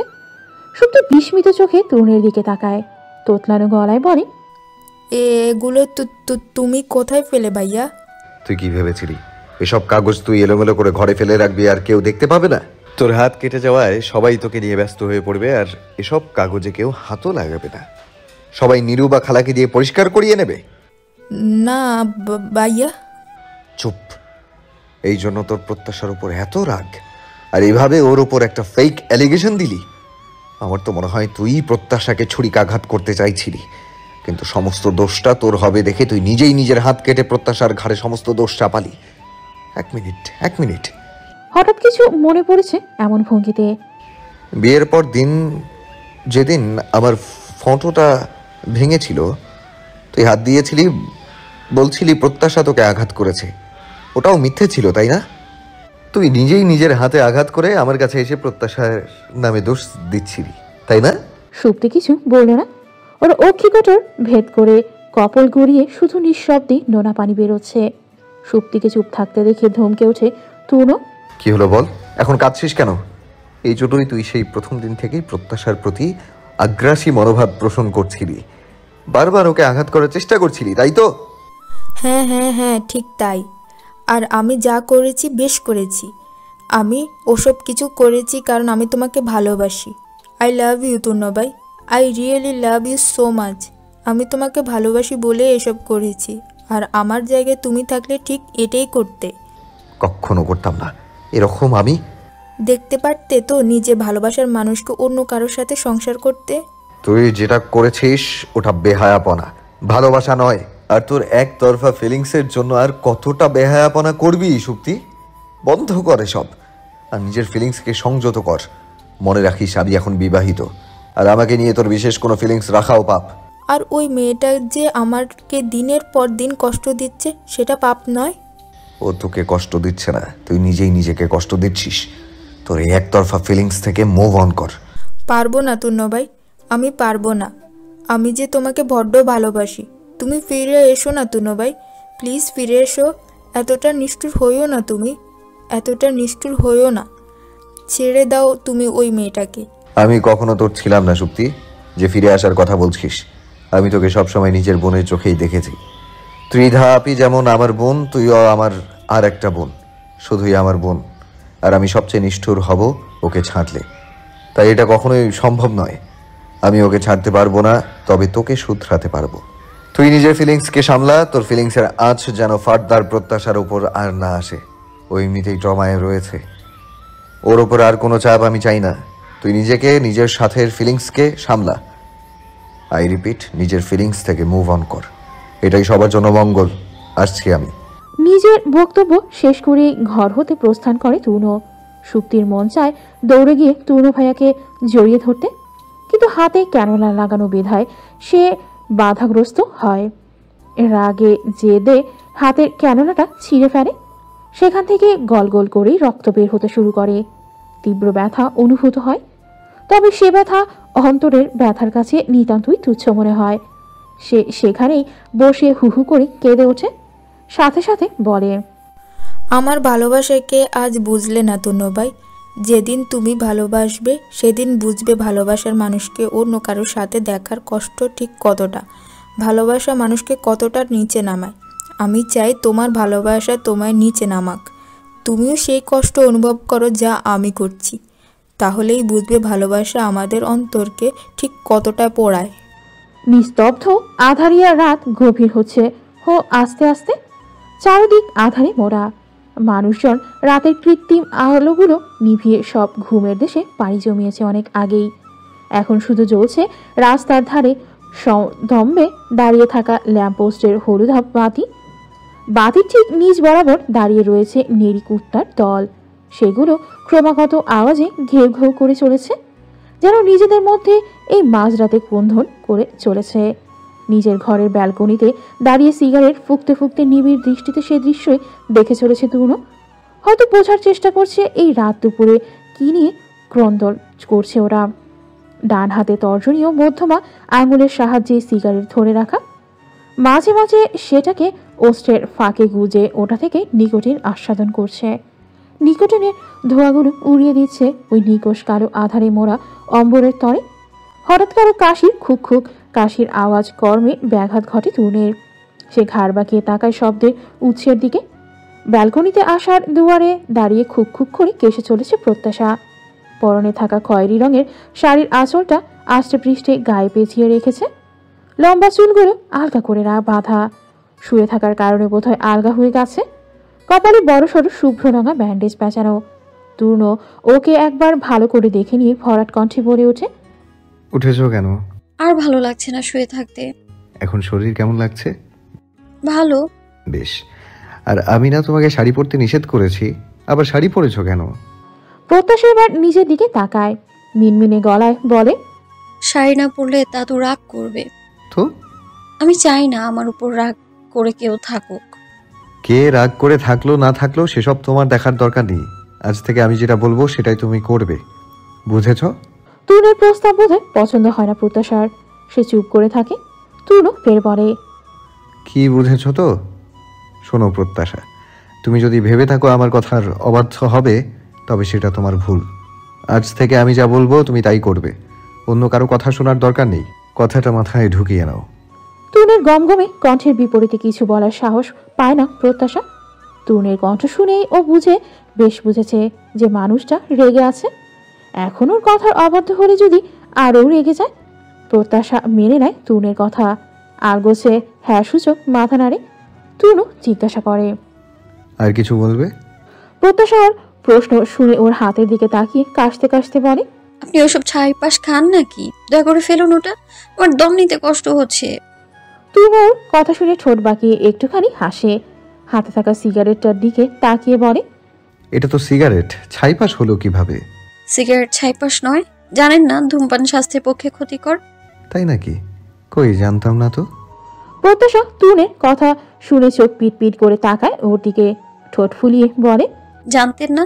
এটা তো সবাই জানে, আমি জানি, আপনিও জানেন, তবুও খাচ্ছেন। জানেন আমাদের অঙ্কের স্যারও সবসময় সিগারেট খেতেন, খারাপ জেনেও খেতেন। কি জানি খারাপ জেনেও কেন খেতেন। খারাপ জেনেও আমরা যে জিনিস থেকে দূরে থাকতে পারি না সেটা আমাদের নেশা। এই নেশা কাটে না সহজে, তবে আমাদের শেষ করে দেয় ঠিকই। এই নেশা থাকে আমাদের রন্ধ্রে রন্ধ্রে, আমাদের শেষ করে দেবে জেনেও আমরা সেই নেশা করে যাই ক্রমাগত, বুঝেছো? যে জিনিস আমাদের শেষ করে দেয়, আমাদের কি সেই জিনিস থেকে দূরে থাকা উচিত নয়? অবশ্যই উচিত, তবে কোনো কোনো সময় নিয়তি আমাদের এই খারাপ জিনিসের সাথে জুড়ে দেয়, যা আমাদের ধ্বংসের পথে নিয়ে যায়। বড় হও ঠিকই বুঝবে। আচ্ছা, সিগারেট খাওয়া কি আপনার নেশা? যদি নেশা না হয় তাহলে দয়া করে এটা খাবেন না। বেশি খেলে আস্তে আস্তে নেশা হয়ে যাবে। নেশা নয়, তবে পছন্দ। আর ফাইয়াজ তুর্নের এত সহজে নেশা হয় না, আর না সে তার পছন্দের জিনিস এত সহজে ছাড়ে। তাই এটা আমি ছাড়বো না। পারলে এটার গন্ধ নেওয়ার অভ্যাস করে ফেলো। After all, now you are my wife and you have to stay with me. Pratyasha ঠোঁট ফুলিয়ে বলে, ঠিক আছে। তার ঠিক আছের মধ্যেই তীব্র বিরোধিতা প্রকাশ পাচ্ছে। তবুও তরুণের সাথে আর তর্কে যেতে চায় না বিধায় বোধহয় মেনে নিয়েছে কথাটা। তরুণ জিনিসটা বুঝে আলগোঝে একটুখানি হাসে, যে হাসি দৃষ্টিগোচর হয় না প্রত্যাশার। অতঃপর জিজ্ঞেস করে, আর কিছু বলবে?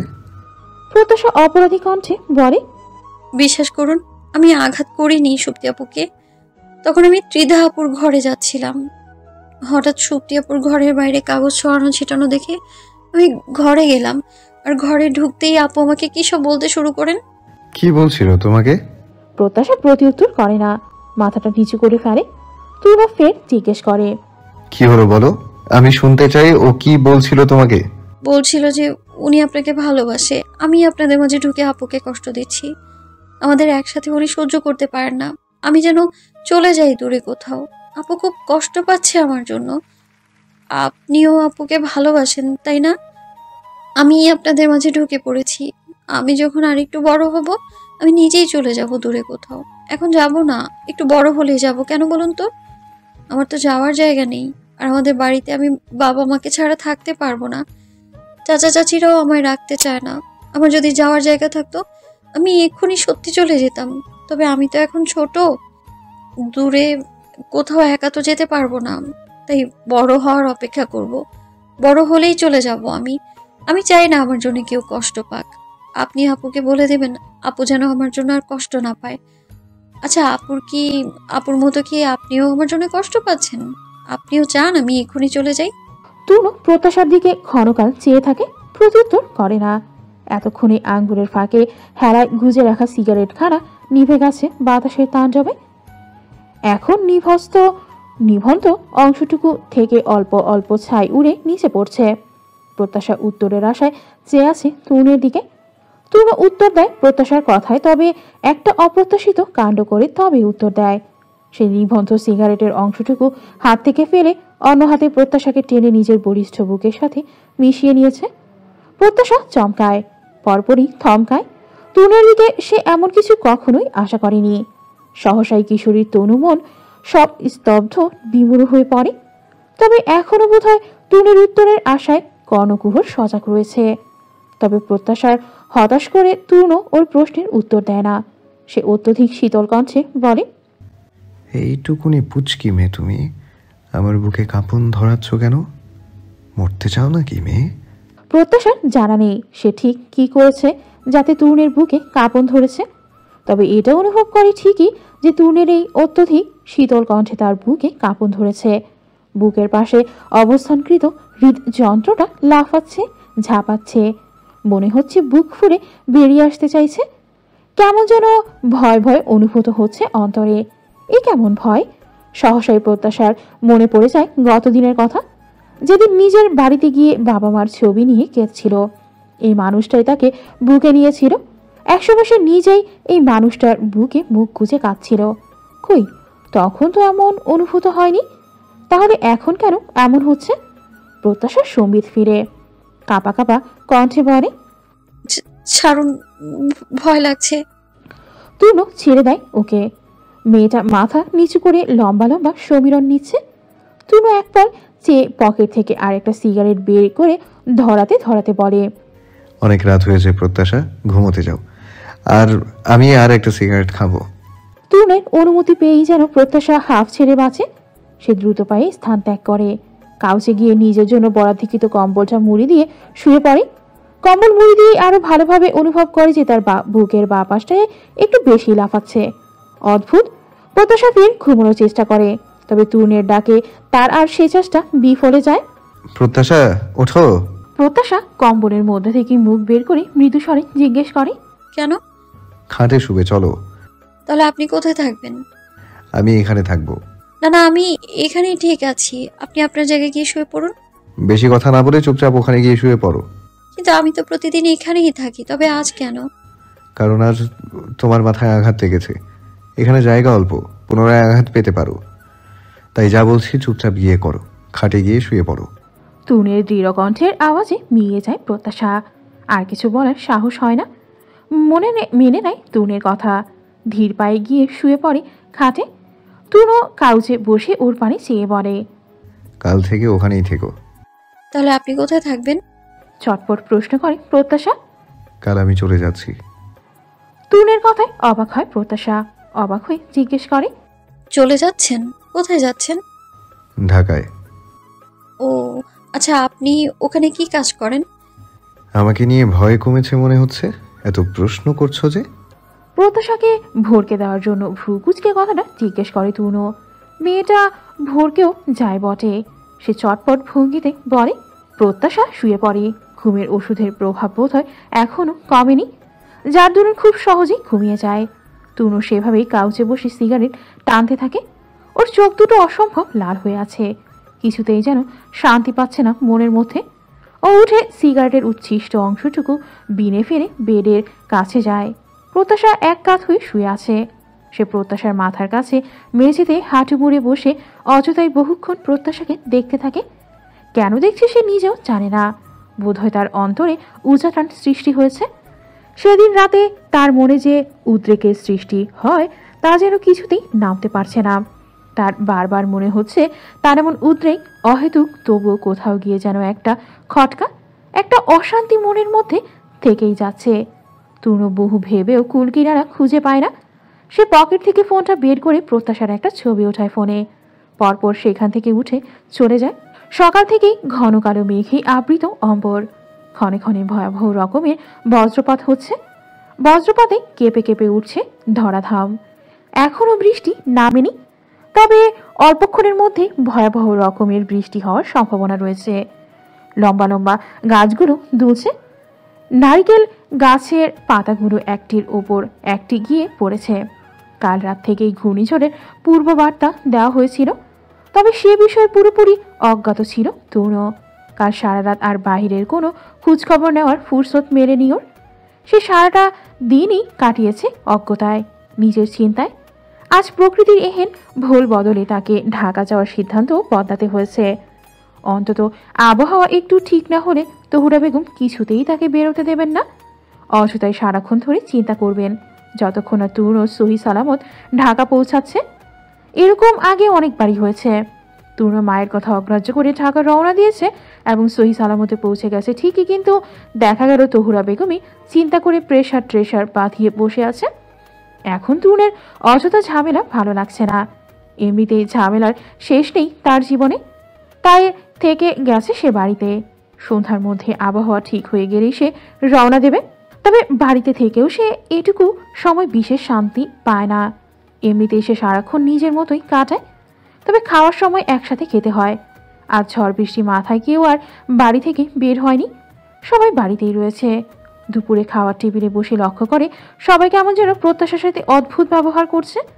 সবাই যেন তাকে ইগনোর করছে। সে কথা বলতে গেলেও মুখ ফিরিয়ে নিচ্ছে। অদ্ভুত। তূর্ণ প্রথমে বিষয়টাকে ইগনোর করে এবং খাওয়ার টেবিলে অসম্ভব রকমের নীরবতার মধ্যে সেও খাওয়া শেষ করে।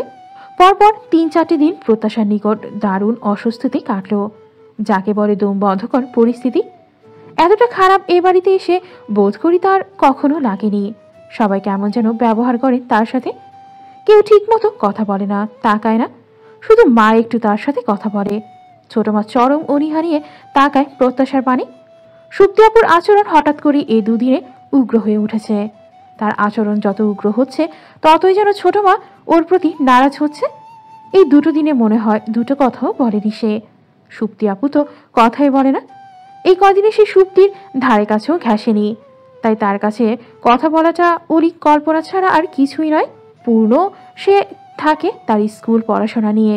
দাদু কথা বলে না, তবে চোখের সামনে পড়লে কটাক্ষ করতে ভোলে না। আর ত্রিধা আপু, কি জানি আপুর কি হয়েছে, সে বাড়িতে থেকেও যেন বাড়িতে নেই।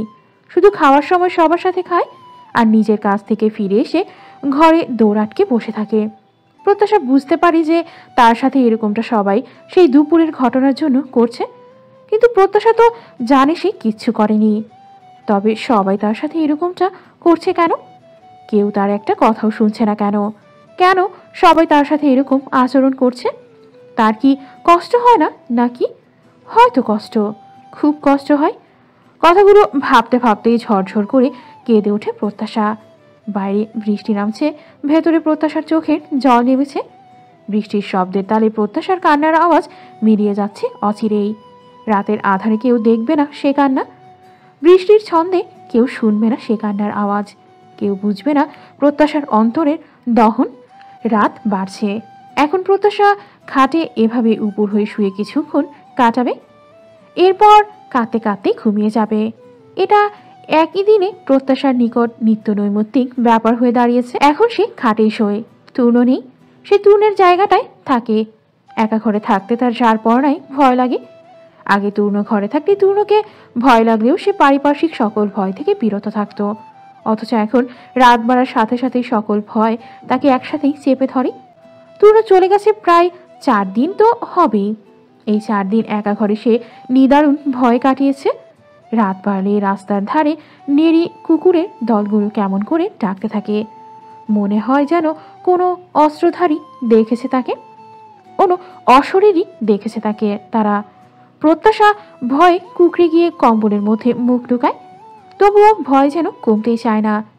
যখন সে বাবার বাড়িতে থাকতো সে একা ঘরেই থাকতো, তবে এতটা ভয় লাগতো না। ভয় লাগলেও মা বাবার ঘরে ছুটে যেত রাত দুপুরে। এখন ভয় তার কয়েক গুণে বেড়েছে। সাথে ভয় পেলেও এ বাড়িতে কারো ঘরে বা কারো কাছে ছুটে যেতে পারে না, একা একাই গুমড়ে মরতে হয়। আজ আর প্রত্যাশা কাঁদতে কাঁদতে ঘুমিয়ে যেতে পারল না। দরজায় কড়া নাড়ার শব্দ দিচ্ছে। সহসাই প্রত্যাশার হৃদয় ঠক করে উঠল। সে ভয় পেল নিদারুণ। এই মাঝরাতে কি করা নাড়ছে? কেউ তো আসে না তার ঘরে, তাহলে আজ কে এলো? সে ঠিক শুনেছে তো? না, সে ঠিকই শুনেছে। এই তো আবার আওয়াজ আসছে। প্রত্যাশা চোখ মুছে উঠে বসে, ওনাটা ভালো মতো গায়ে পেঁচিয়ে নেয়। তুলে নিষেধ করার পর থেকে সে আর শাড়ি পরেনি। প্রথম প্রথম মনে করেছিল সে মানবে না টুনের কথা, পরবে শাড়ি।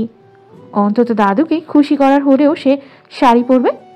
তবে যখন বুঝলো কেউ এখন তার দিকে ফিরেও তাকায় না, ও শাড়ি পরা বাদ দিল, পালন করলো টুনের কথা। তাকে যখন কেউ দেখেই না, সে আর শাড়ি পরে কি করবে? সে আছে অনেকটা জড়বস্তুর ন্যায় এ বাড়িতে, যার কোনো প্রয়োজনই নেই এ বাড়িতে। অদ্ভুত, সব কিছু এত কঠিন কেন? মা একবার বলেছিল বাইরের জগৎটা বড্ড কঠিন। তুমি যখন বাইরে যাবে তখন জগতের কাঠিন্যতা বুঝতে পারবে। সত্যি সত্যি বাইরের জগৎটা বড্ড কঠিন। প্রত্যাশা মায়ের বলা কথাগুলো ভাবতে ভাবতেই দরজা খুলে দিল। দরজা খুলতে সে যার পর নাই অবাক। ঘর অন্ধকারে ছেয়ে গেছে, বাতি নিভে গেছে, আকাশে বাজ পড়ার প্রতাপ বেড়েছে, যার ফলে বোধহয় বিদ্যুৎ বিচ্ছিন্ন হয়েছে। আধারে প্রত্যাশার মনটা ভয় গুটিয়ে যায়। এদিকে দরজা খুলে কাউকে না দেখে আরো ভয় পায়। সে ভয়ে ভয়ে শুধায়, কেউ আছেন এখানে? কে দরজা টোকা দিল? কারো আওয়াজ না পেয়ে প্রত্যাশা আরো ভয় পায়। এদিকে আধারে কিছু না দেখতে পেয়ে আর বিদ্যুৎ চমকানোর জন্য এত বড় ঘরে একা ভয়ে গুটিয়ে যায় প্রত্যাশা।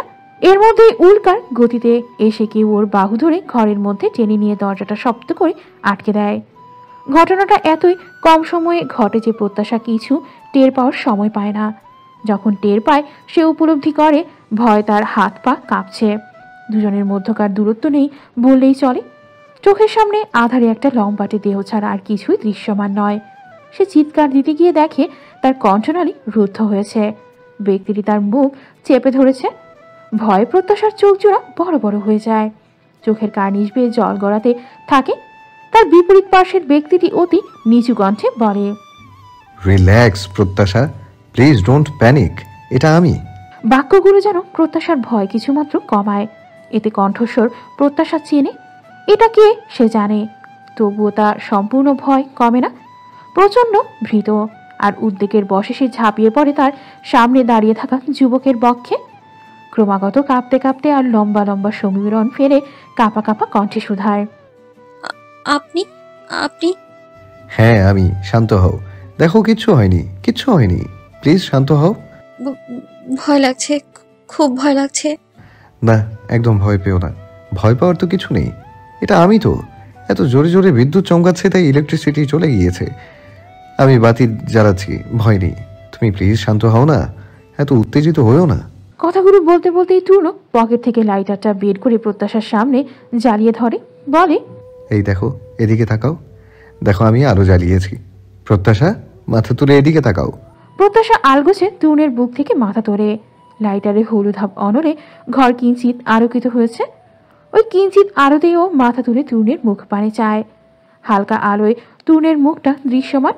এমন সময় সে টুনুকে মোটেও আশা করেনি। উনি তো ঢাকায় চলে গিয়েছিল, তাহলে এই ঝড় বৃষ্টি মাথা নিয়ে মাঝরাতে ঢাকা থেকে ফিরল কেন হঠাৎ? ও বিস্ময় নিয়ে শুধায়, আপনি আপনি কখন এলেন? এখন এসেছি। এখন? আপনি না ঢাকায় গিয়েছিলেন? হুম। তাহলে এই ঝড় বৃষ্টি মাথায় মাঝরাতে কেন ফিরলেন? এমনি। এমনি কেন? কোনো সমস্যা? প্রত্যাশা তড়িঘড়ি মাথা নাড়ে। টুনু বলে, এখনো ঘুমাওনি কেন? ঘুমিয়েছিলাম। মিথ্যে কথা, তুমি কাঁদছিলে তাই তো? টুনের প্রশ্নে মাথা নিচু করে ফেলে প্রত্যাশা। টুনু ওর মুখপানে ক্ষণকাল চেয়ে থেকে বলে, ঠিক আছে, এবার আমাকে ছেড়ে দাঁড়াও। ড্রয়ারে মোমবাতি আছে, জ্বালিয়ে দিই। টুনের কথা নিজের অবস্থান খেয়াল হতেই তড়িৎ সরে দাঁড়ায় প্রত্যাশা। মনে মনে বিস্তর লজ্জাও পায়। এ যাবৎকাল বাবা ছাড়া অন্য কোনো পুরুষের সংস্পর্শে না আসা কিশোরী সহসাই অন্য পুরুষের সাথে এতটা ঘনিষ্ঠতায় লজ্জা পায়। মনে মনে নিজেকে শুধায়, বুদ্ধু কোথাকার, ভয় পেয়েছিস তো কি হয়েছে? এভাবে ওনাকে জড়িয়ে ধরতে হবে? তুই কাকে জড়িয়ে ধরছিস সেটা দেখবি না? তুই সত্যি বুদ্ধু। উফ, সবাই ঠিকই বলে বোকা প্রত্যাশা। তূর্ণ ওর নিচু হওয়া মুখের দিকে তাকিয়ে একটা লম্বা সমীরণ ফেলে, পরপর বলে, চোখের জল মুছো, ভূতের মতো লাগছে তোমাকে, অন্ধকারের ভূত। কথাটুকু বলেই সে মোমবাতি এনে জ্বালিয়ে দেয়। একটাই মোমবাতি জ্বালিয়েছে, ফলে ঘরে এখনো আলোর পরিমাণ অতি কম। সে ওই মোমবাতিটাই প্রত্যাশার হাতে ধরিয়ে দিয়ে বলে, এই নাও, এটা ধরে বসে থাকবে, আর বেশি মোমবাতি জ্বালানোর ট্রাই করবে না, এটাই এনাফ। আমি ওয়াশরুমে যাচ্ছি। আর হ্যাঁ, এক্ষুনি খালা আসবে কিছু জিনিসপত্র নিয়ে। একবার টোকা দিলে গিয়ে দরজা খুলে দেবে, আর ওনাকে কোনো প্রশ্ন না করে জিনিসগুলো নেবে, ঠিক আছে? মনে থাকে যেন খালাকে কোনো প্রশ্ন নয়। প্রত্যাশা বাধ্য বাচ্চার ন্যায় মাথা নাড়লে তূর্ণ ক্লোজেট থেকে জামা কাপড় বের করে ওয়াশরুমে চলে যায়। বহুক্ষণ বসে থাকার পরও তূর্ণের ওয়াশরুম থেকে বেরিয়ে আসার নাম নেই দেখে অলস ভঙ্গিতে হাই তোলে প্রত্যাশা। কি জানি এতক্ষণ কি করছে ওয়াশরুমে? গোসল করলেও কি এত সময় লাগে নাকি? অদ্ভুত। সে কখন নাজমা খালা গরম পানি দিয়ে গিয়েছে, পানি এতক্ষণে ঠান্ডা হয়ে যাওয়ার উপক্রম, অথচ এখনো তার বেরোনোর নাম নেই। কি জানি এই রাত দুপুরবেলা গরম পানি দিয়ে কি করবে লোকটা?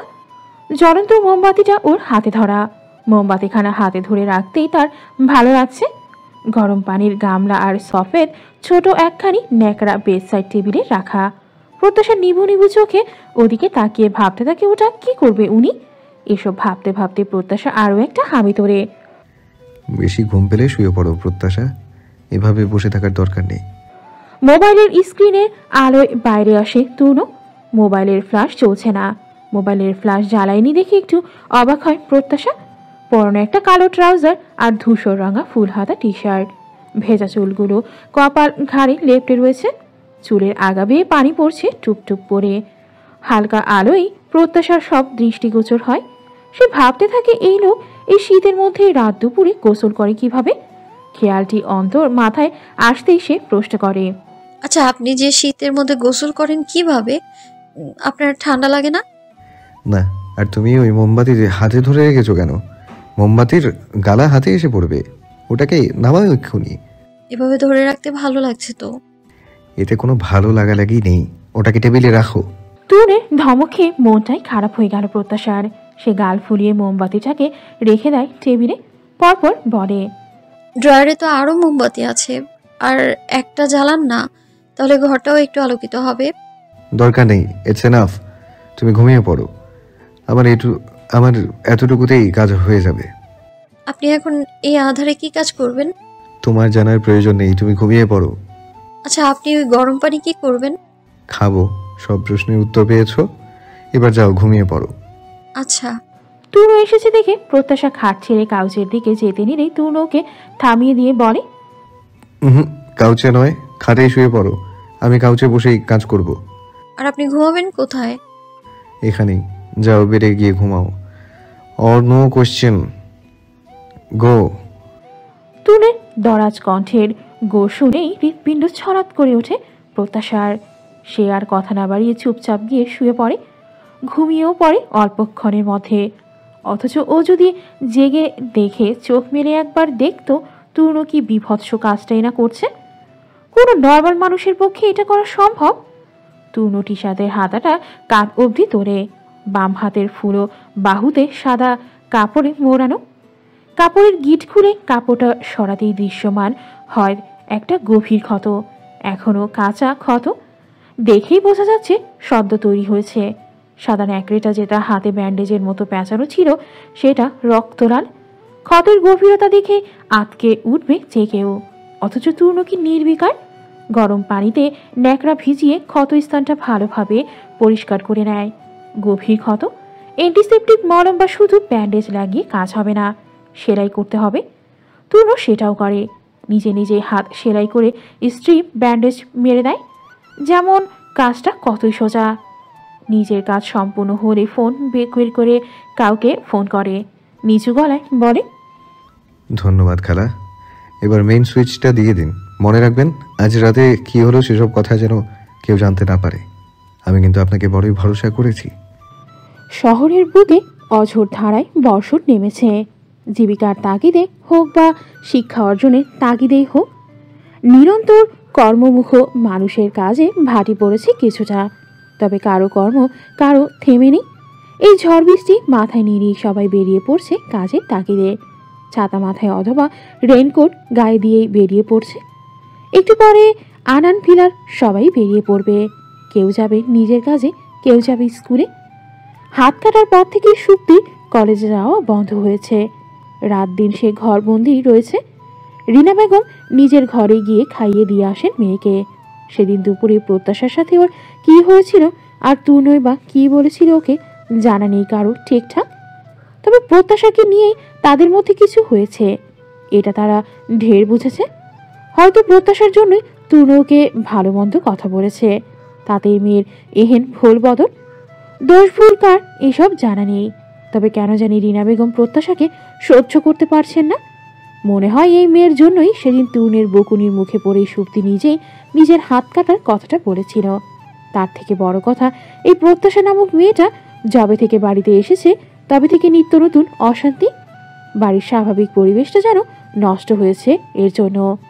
তাই হয়তো এত আগ্রাসী মনোভাব তার প্রত্যাশার প্রতি। আজ এই বর্ষণ মুখর পরিবেশে মেয়ের পছন্দের খিচুড়ি রান্না করেছেন তিনি নিজের হাতে। নীলু ওনাকে হেল্প করেছে। এক পর্যায়ে তহুরা বেগম রান্নাঘরে প্রবেশ করে বলেন, ওরে না, দে বাকিটুকু আমি রান্না করি, তুই যা গিয়ে সুপ্তিকে নিয়ে আয়। মেয়েটা আর কত ঘরবন্দি পড়ে থাকবে? তার চেয়ে ওকে এখানে নিয়ে আয়, সবার সাথে থাকলে ওর একটু ভালো লাগবে। ঠিক বলছে আপা, বুঝিয়ে সুঝিয়ে ওকে নিয়ে আসি। কি জানি মেয়েটার কি হলো তুন্ন। যা নিয়ে আয়। রিউনি বেগম চলে যায় সুপ্তিকে আনতে। সিঁড়ি দিয়ে ওঠার পথেই তুনোকে নামতে দেখে চূড়ান্ত অবাক হয় রিনা বেগম। ফোন দেখতে দেখতে নিচে নামছে, নজর ফোনে। ওর পিছে প্রত্যাশা। ফোন দেখার মাঝে মাঝে প্রত্যাশার সাথে কথা বলছে। পরনে ট্রাউজার আর ফুল হাতা টি শার্ট, বেশ দেখেই বোঝা যাচ্ছে সে সকালে বাড়ি ফেরেনি। ফিরলেও সে দেখতে পেত। তাহলে এই ছেলে ফিরল কখন? রাতে? কই, আপাত কিছু বললো না। কাকির ডাকে ফিরে তাকায় তুনো। হ্যাঁ কাকিমণি, তুমি বাড়ি ফিরলে কখন? রাতে ফিরেছি। রাতে ফিরেছ? রাতে কখন ফিরলে আর হঠাৎ বাড়ি আসলে যে?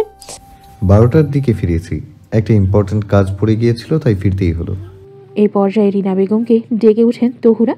কার সাথে কথা বলছিস রিনা? যা সুপ্তিকে ডেকে নিয়ে আয়। তুন্নের সাথে কথা বলছি আপা। ফোন করেছে নাকি? রান্নাঘর থেকে বাইরে এসো আপা। কেন রে? বাইরে এসে দেখোই না কি হয়েছে। কি হলো আবার? রান্নাঘর থেকে বেরিয়ে সিঁড়ির দিকে তাকিয়ে বিস্মিত হন তহুরা বেগম। আরো কয়েক কদম এগিয়ে সিঁড়ির কাছে এসে বিস্মিত কণ্ঠে সুধান, তুই? হ্যাঁ মা, একটা কাজ পড়ে গিয়েছিল তাই আসতেই হলো। কি এমন কাজ পড়ে গেল তাই ঢাকা থেকে একেবারেই ফিরেই আসতে হলো? আর এরই বা কখন? এসেছি রাতে, অনেক রাত হয়ে গিয়েছিল তাই আর ডাকিনি তোমাদের।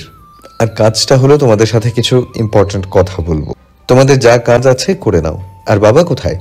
এখনো অফিসে যায়নি তো? না, ঘরেই আছে। গুড। সবাইকেই থাকা লাগবে আমার কথা বলার সময়। কি বলবি বল। সময় হোক বলবো। তোমাদের কাজ সেরে নাও। আর কাকিমণি, তুমি সুপ্তিকে গিয়ে ডেকে নিয়ে এসো, ওর থাকাটাও জরুরি। চিন্তিত কণ্ঠে জিজ্ঞাসা করে রিনা বেগম। তুনো বলে, কি হয়েছে সেটা আমার কথা শুনেই বুঝবে। আমি ওয়েট করছি ড্রয়িং রুমে। তুনো সোফায় গিয়ে বসে। তবে ওর কথা শুনে চিন্তায় পড়ে যায় রিনা ও তহুরা দুজনেই। কি এমন বলবে যার জন্য রাত দুপুরে ঘরে ফিরল এই ছেলে? এবার এই দুজনের নজরই একযোগে প্রত্যাশার উপর পড়ে। সে এখনো সিঁড়িতেই মুখ কাচুমাচু করে দাঁড়িয়ে আছে। তহুরা বেগম ইশারায় কাছে ডাকেন প্রত্যাশাকে। প্রত্যাশা ওনার নিকটে এসে দাঁড়ালে জিজ্ঞেস করে, কি বলবে? কিছু জানো? প্রত্যাশা না সূচক মাথা নাড়ে তিনি বলেন, ঠিক আছে যাও। আর রিনা, তুইও গিয়ে সুপ্তিকে ডেকে নিয়ে আয়। আমি বরং ওনাকে গিয়ে ডেকে নিয়ে আসি। শুভ্র রঙা একখানা কমফোর্টার গায়ে নিয়ে শুভ্র দেয়ালের দিকে মুখ করে শুয়ে আছে সুপ্তি। হাতে ফোন। ফোনের স্ক্রিনে তার আর তুরুণের একসাথে তোলা একখানা অতি সুন্দর ছবি। ওই ছবিখানাতেই নজর নিবদ্ধ ওর। মাঝে মাঝে তরুণের ছবিটা জুম করে হাত বুলিয়ে দিচ্ছে ছবিতে, মাঝে মাঝে দুজনের ছবিতে হাত বুলিয়ে দিচ্ছে, আবার কখনো তরুণের ছবিটাই জুম করে মোবাইলের স্ক্রিনে একদিকে দিচ্ছে গাঢ় চুম্বন। মেয়ের এমন ধারা কাজ দেখে আটকে ওঠেন রিনা বেগম। এতক্ষণ তিনি নিঃশব্দে এসে পিছনে দাঁড়িয়ে মেয়ের কাজ দেখছিলেন, তবে তরুণের ছবিতে চুমু খেতে তিনি যা বোঝার বুঝে যান। তিনি চরম অবাক কণ্ঠে বলে ওঠেন, এসব তুই কি করছিস সুপ্তি? তুন্নের ছবিতে চুমু খেলি কেন? আকস্মিক মায়ের কণ্ঠেই চমকে যায় সুপ্তি। থতমত খেয়ে হাত থেকে ফোনটা পড়ে যায় খাটের নরম গদিতে। সুপ্তি অবাক হয়ে মায়ের দিকে তাকিয়ে পড়ে। উফ মা, তুমিও না ভয় পাইয়ে দিয়েছিলে আমাকে। এটা তুই কি করলি? কি করলাম? ফোন দেখছিলাম তো। সেটা আমিও দেখেছি। ফোনে কি দেখছিলে? তুন্নের ছবি? আর ওর ছবিতে চুমু খেলি কেন তুই? কি আশ্চর্য, ছবিতে চুমু খেয়েছি তো কি হয়েছে? মুখে তো আর খাইনি। সুযোগ পেলে খেতিস নাকি? অবশ্যই খেতাম, শুধু চুমু নয়, আরও অনেক কিছু করতাম। সুপ্তি, বড় ভাইকে নয়ে এসব কি বলছিস? সুপ্তি বিছানা ছেড়ে উঠে বসে, খাটের হেডবোর্ডে হেলান দিয়ে ভাবলেশীনভাবে বলে, আহ মা, চেঁচিও না, মাথা ব্যথা করে। আর তূর্ণ ভাই আমার ভাই নয়, আমার চাচাতো ভাই। চাচাতো ভাই আর নিজের ভাইয়ের মধ্যে পার্থক্য আছে। কি পার্থক্য? এটাই যে নিজের ভাইকে বিয়ে করা যায় না আর চাচাতো ভাইকে বিয়ে করা যায়, ভালোবাসা যায়। রিনা বেগম কিছুক্ষণ মেয়ের দিকে কঠিন চোখে তাকিয়ে থাকেন। সুপ্তির ঠোঁটের কোণে মুচকি হাসি, মুখ নিচু করে নিজে নিজেই হাসছে। রিনা বেগম কঠিন কণ্ঠে বলেন, তুই এসব কথা বলছিস কেন? আমি জানি মা, তুমি এতক্ষণে বুঝে গেছো আমি কি বলছি, তবুও কথাটা তুমি আমার মুখ থেকে শুনতে চাচ্ছ কি, তাই তো? রিনা বেগম কিছু না বলে সেভাবেই কঠিন চোখে তাকিয়ে থাকে মেয়ের দিকে। সুপ্তি মায়ের মুখের দিকে তাকিয়ে হেসে শুধায়, আমি তূর্ণ ভাইকে ভালোবাসি মা, খুব খুব খুব ভালোবাসি। তুমি শুনেছ মা, তূর্ণ ভাইকে আমি ভালোবাসি। আমি শতাব্দী আনান আমার চাচাতো ভাই ফাইয়াজ তূর্ণকে খুব ভালোবাসি। মেয়ের কথা শুনে স্তব্ধ বলে যান রিনা বেগম। এতদিনে মেয়ের এই মৌনব্রত আর পাগলামির কারণ বুঝতে না পারলেও এখন বেশ বুঝছেন তিনি। এদিকে মায়ের বিস্মিত মুখের দিকে তাকিয়ে সুপ্তির হাসি পাচ্ছে বেজায়। সে ঠোঁটের কোণে হাসি ঝুলিয়ে পড়ে, কি মা, এতদিনেও বুঝতে পারোনি তাই না? বড্ড বোকা তুমি। না না, তোমরা। এতদিনে আমি কত হিন্টস দিয়েছি যে আমি তূর্ণ ভাইকে ভালোবাসি, অথচ তোমরা সেটা বুঝতেই পারোনি। অন্তত প্রত্যাশার প্রতি আমার ঈর্ষাতীত মনোভাব দেখে তোমাদের বোঝা উচিত ছিল যে আমি তূর্ণ ভাইকে ভালোবাসি বলে প্রত্যাশাকে ঘৃণা করি। তূর্ণ ভাইয়ের সাথে ওকে দেখতে পারি না, দেখলেই কেমন গা জ্বলে পুড়ে যায়, মনে হয় ওকে খুন করে ফেলি। অথচ কি করব বলো? আমি তো আর কিলার নয় যে ওকে খুন করব। তাই ওকে দূরে সরানোর ব্যবস্থা করতে চেয়েছিলাম, নিজের আঘাত করে ওর ঘাড়ে দোষ দিয়ে। তাও হলো না। কে জানতো বলো ওর হিমোফোবিয়া আছে? সেই জন্যই তো তূর্ণ ভাই খুব সহজে বুঝে ফেললো ও এ কাজ করেনি। যা করার আমিই করছি। ধুর, এবার কি করব বলো তো মা? আমি একটা আইডিয়া ভেবে রেখেছি। আমি হয় এবারে তূর্ণ ভাইয়ের সাথে ঢাকা যাব। আস্তে আস্তে আমি তূর্ণ ভাইয়ের জীবনে ঢুকে যাব আর ওই মেয়েকে বেরিয়ে যাবে তূর্ণ ভাইয়ের জীবন থেকে। কি আইডিয়াটা ভালো না? মেয়ের কথা শুনে রাগ সামলাতে না পেরে সুপ্তির গাড়ি কষি একখানা থাপ্পড় মারেন রিনা বেগম। মেয়ের চিন্তা ভাবনা যে এতটা নিচে নেমে গেছে সেটা ভাবতেই তার গা জ্বলে যাচ্ছে। তিনি রাগে গজগজ করতে করতে বলেন, বেয়াদব মেয়ে, তোর চিন্তা ভাবনা কতটা নিচে নেমে গেছে ভুলে যাস না। তূর্ণ তোর ভাই হোক চাচাতো ভাই, তবু নিজের বোনের চোখেই ও সারা জীবন দেখে এসেছে তোকে, বোনের মতোই স্নেহ করেছে, ভালোবেসেছে। তূর্ণ তোর প্রতি যতটা বোনের দায়িত্ব পালন করেছে, তোর নিজের ভাই ও মনে হয় না অতটা করেনি। আর তুই কি করলি? আমি ভালোবেসেছি। তূর্ণ ভাই আমার ব্যাপারে পজিটিভ, আমার খেয়াল রাখে, আমাকে ভালোবাসে। শুধুমাত্র ওই মেয়েটার জন্য তূর্ণ ভাই আমার থেকে দূরে সরে গিয়েছে। ও মা, প্লিজ তূর্ণ ভাইয়ের কাছে যাওয়ার ব্যবস্থা করে দাও না মা। চুপ কর তুই, ও তোকে বোন ছাড়া কিছুই ভাবে না। আর প্রত্যাশা তোদের মাঝে নয়, তুই ওদের মাঝে ঢুকতে চাইছিস। মনে রাখিস ওরা স্বামী স্ত্রী, ওদের সম্পর্ক পবিত্র। ওই পবিত্র সম্পর্কের মাঝে তুই ঢুকে দূষিত করতে চাইছিস কেন? ওরা শুধু দুনিয়ার চোখে স্বামী স্ত্রী, ওদের নিজেদের মধ্যে স্বামী স্ত্রীর কোনো সম্পর্ক নেই। তুমি হয়তো জানো না মা, ওরা এখনও আলাদা আলাদা থাকে। ওদের মধ্যে স্বামী স্ত্রীর কোনো সম্পর্ক নেই। শুধু দায়িত্ববোধ থেকে তুন্নো ভাই ওর খেয়াল রাখে। তুন্নো ভাই ওকে ভালোবাসে না। ওদের মধ্যে স্বামী স্ত্রী সম্পর্ক থাকুক বা না থাকুক, তুন্ন প্রত্যাশাকে ভালোবাসুক বা না বাসুক, তাতে তোর কি? আর তুই কি ভেবেছিস এখন স্বামী স্ত্রীর সম্পর্ক নেই বলে পরে কি হবে না? প্রত্যাশা ছোট বলে হয়তো এখনো ওদের মধ্যে ওরকম সম্পর্ক গড়ে ওঠেনি, তবে প্রত্যাশা বড় হবে নাকি? বড় হলে ওদের মধ্যে সম্পর্ক গভীর হবে নাকি? আর বেয়াদব মেয়ে, তুই এসব কথা আগে বলিসনি কেন আমাকে? আমি শুধু শুধু তোর এই অবস্থার জন্য এতদিন ওই বাচ্চা মেয়েটাকে দায়ী করে এসেছি, ওর সাথে খারাপ ব্যবহার করেছি। ছি ছি ছি। তুমি ভালোই করেছো মা। আর ততদিনে বলিনি, কারণ তুন্নো ভাই চলে গিয়েছিল, এখন সে এসেছে, আমি তার সাথে যেতে চাই। প্লিজ মা, তুমি কোনো ব্যবস্থা করে দাও না। প্রত্যাশা বড় হয়ে ওদের সম্পর্ক গড়ে ওঠার আগে তুন্নো ভাইয়ের সাথে আমি গেলে আমাদের সম্পর্ক আগে গড়ে উঠবে। তখন প্রত্যাশা আউট হবে তুন্নো ভাইয়ের জীবন থেকে, আর আমার পবের গড। সুপ্তি দ্বিতীয়বারের মতো মেয়েকে থাপ্পড় মারেন রিনা বেগম। রাগে তার হাত পা কাঁপছে। এ কেমন মেয়ে? লজ্জা শরম নেই? এসব কি ধরনের কথাবার্তা? থাপ্পড়ের প্রতাপে ছিটকে পড়েছিল সুপ্তি। সে মাথা তুলে মায়ের দিকে অগ্নি দৃষ্টিতে তাকায়, দাঁতের দাঁত চেপে বলে, ওই মেয়ের জন্য তুমি আমার গায়ে হাত তুলছো মা? প্রত্যাশার জন্য নয়, আমি তোর চিন্তার জন্য তোর গায়ে হাত তুলেছি। খবরদার, তুই যদি আর এমন ধারা কথা বলিস, মনে রাখিস আবারও মারবো আমি তোকে। তো দাঁড়িয়ে আছো কেন? মারো, মারো না। আমি একবার না 1000 বার বলবো এমন কথা। তুন্নো ভাইকে আমার চাই চাই। রিনা বেগম সত্যি সত্যি আবারও হাত তোলে সুপ্তির গায়ে। তিনি সুপ্তিকে ধাক্কা মেরে খাটে ফেলে বলে, যা বলেছিস, এসব কথা যেন আর কারোর কানে না যায়, বিশেষ করে তুন্নের। তুন্নো ভাই জানে মা আমি ওনাকে ঠিক কতটা ভালোবাসি। কি? হ্যাঁ, আমি তুন্নো ভাইয়ের সাথে যেতে চাই মা। তুমি প্লিজ। তুই থাক এখান থেকে তুই কোথাও বের হবি না, আসছি আমি। মা প্লিজ। রিনা বেগম মেয়েকে তাত্তানা দিয়ে চলে যেতে নিলে সুপ্তি এসে একটা মারাত্মক কাণ্ড করে বসে।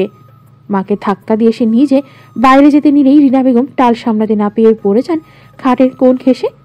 মাথাটা যেখানে লেগে যার পর নাই আঘাত পান তিনি। অথচ মায়ের আঘাতকে সম্পূর্ণ উপেক্ষা করে দরজার দিকে চলে যায় সুপ্তি। মায়ের পড়ে যাওয়া কে উপেক্ষা করি বাইরে চলে যেতে নেয় সুপ্তি। তবে দরজার কাছে গিয়ে সে সোমকে দাঁড়ায়। সেখানে আমিনা বেগম ও আফাত সাহেব বাদে বাড়ির সকলেই দাঁড়িয়ে আছে। সবার চোখে মুখে বিস্ময়, চরম হতভম্ব ভাব। সকলের নজর নিবদ্ধ পিছনে পড়ে যাওয়া রিনা বেগমের দিকে। ত্রিধা ইতিমধ্যেই তাকে গিয়ে টেনে তুলেছেন। সকলের দৃষ্টি অনুসরণ করে সুপ্তি একবার পিছে ফিরে মাকে দেখে। পরপর সে সবকিছুকেই তোয়াক্কা না করে তরুণের নিকট এগিয়ে গিয়ে বলে, দেখো না ভাইয়া, মা তাড়াহুড়া করতে গিয়ে কেমন পড়ে গিয়ে। কথা শেষ করতে পারল না সুপ্তি। তার আগে শক্তপোক্ত হাতের চরের আঘাতে পিছিয়ে যায় 2 কদম। ডান হাতটা আপনা আপনি বাম গালে চলে যায়। থাপ্পড়টা তার সেখানেই পড়েছে। সে এমন চোখে তরুণের পানে তাকায় যেন এতটা বিস্মিত বোধ হয় জীবনে হয়নি। সে অমন বিস্মিত কণ্ঠে শুধায়, তুন্নো ভাই, তুমি আমাকে মারলে? সুপ্তির কথার প্রতি উত্তরে তরুণ অতি ক্রোধে হিসিয়ে বলে, হ্যাঁ মারলাম। কাকিকে ধাক্কা মারলি তুই কোন সাহসে? কাকি যে পড়ে গিয়ে মাথায় আঘাত পেয়েছে সে খেয়াল আছে তোর? আর আমার কাছে ছুটছিলি কি জন্য? নে, আমি তো সামনেই দাঁড়িয়ে আছি, বল কি বলবি বল। মাকে আমি ধাক্কা মারিনি। তোর মুখে একদম আমার নাম উচ্চারণ করবি না। আর একটা কথা কান খুলে শুনে রাখ, তুই যখন কাকিকে ধাক্কা মারছিলি আমরা সবাই এখানেই ছিলাম, তাই মিথ্যে বলার একদম চেষ্টা করবি না। যা জিজ্ঞেস করব সব সত্যি সত্যি বলবি। বল কাকিকে ধাক্কা মারলি কেন? আর কি নিয়ে তোদের মাঝে কথা কাটাকাটি হচ্ছিল? আমি বললাম তোমাকে ধাক্কা মারিনি, বারবার এক কথা জিজ্ঞেস করছো কেন? অসহ্য। আর কি নিয়ে কথা কাটাকাটি হচ্ছিল শুনতে চাও? আমি তোমার সাথে ঢাকা যেতে চাইছিলাম তাই। আমার সাথে তুই ঢাকায় গিয়ে কি করবি? এই প্রশ্নে বিপাকে পড়ে যায় সুপ্তি।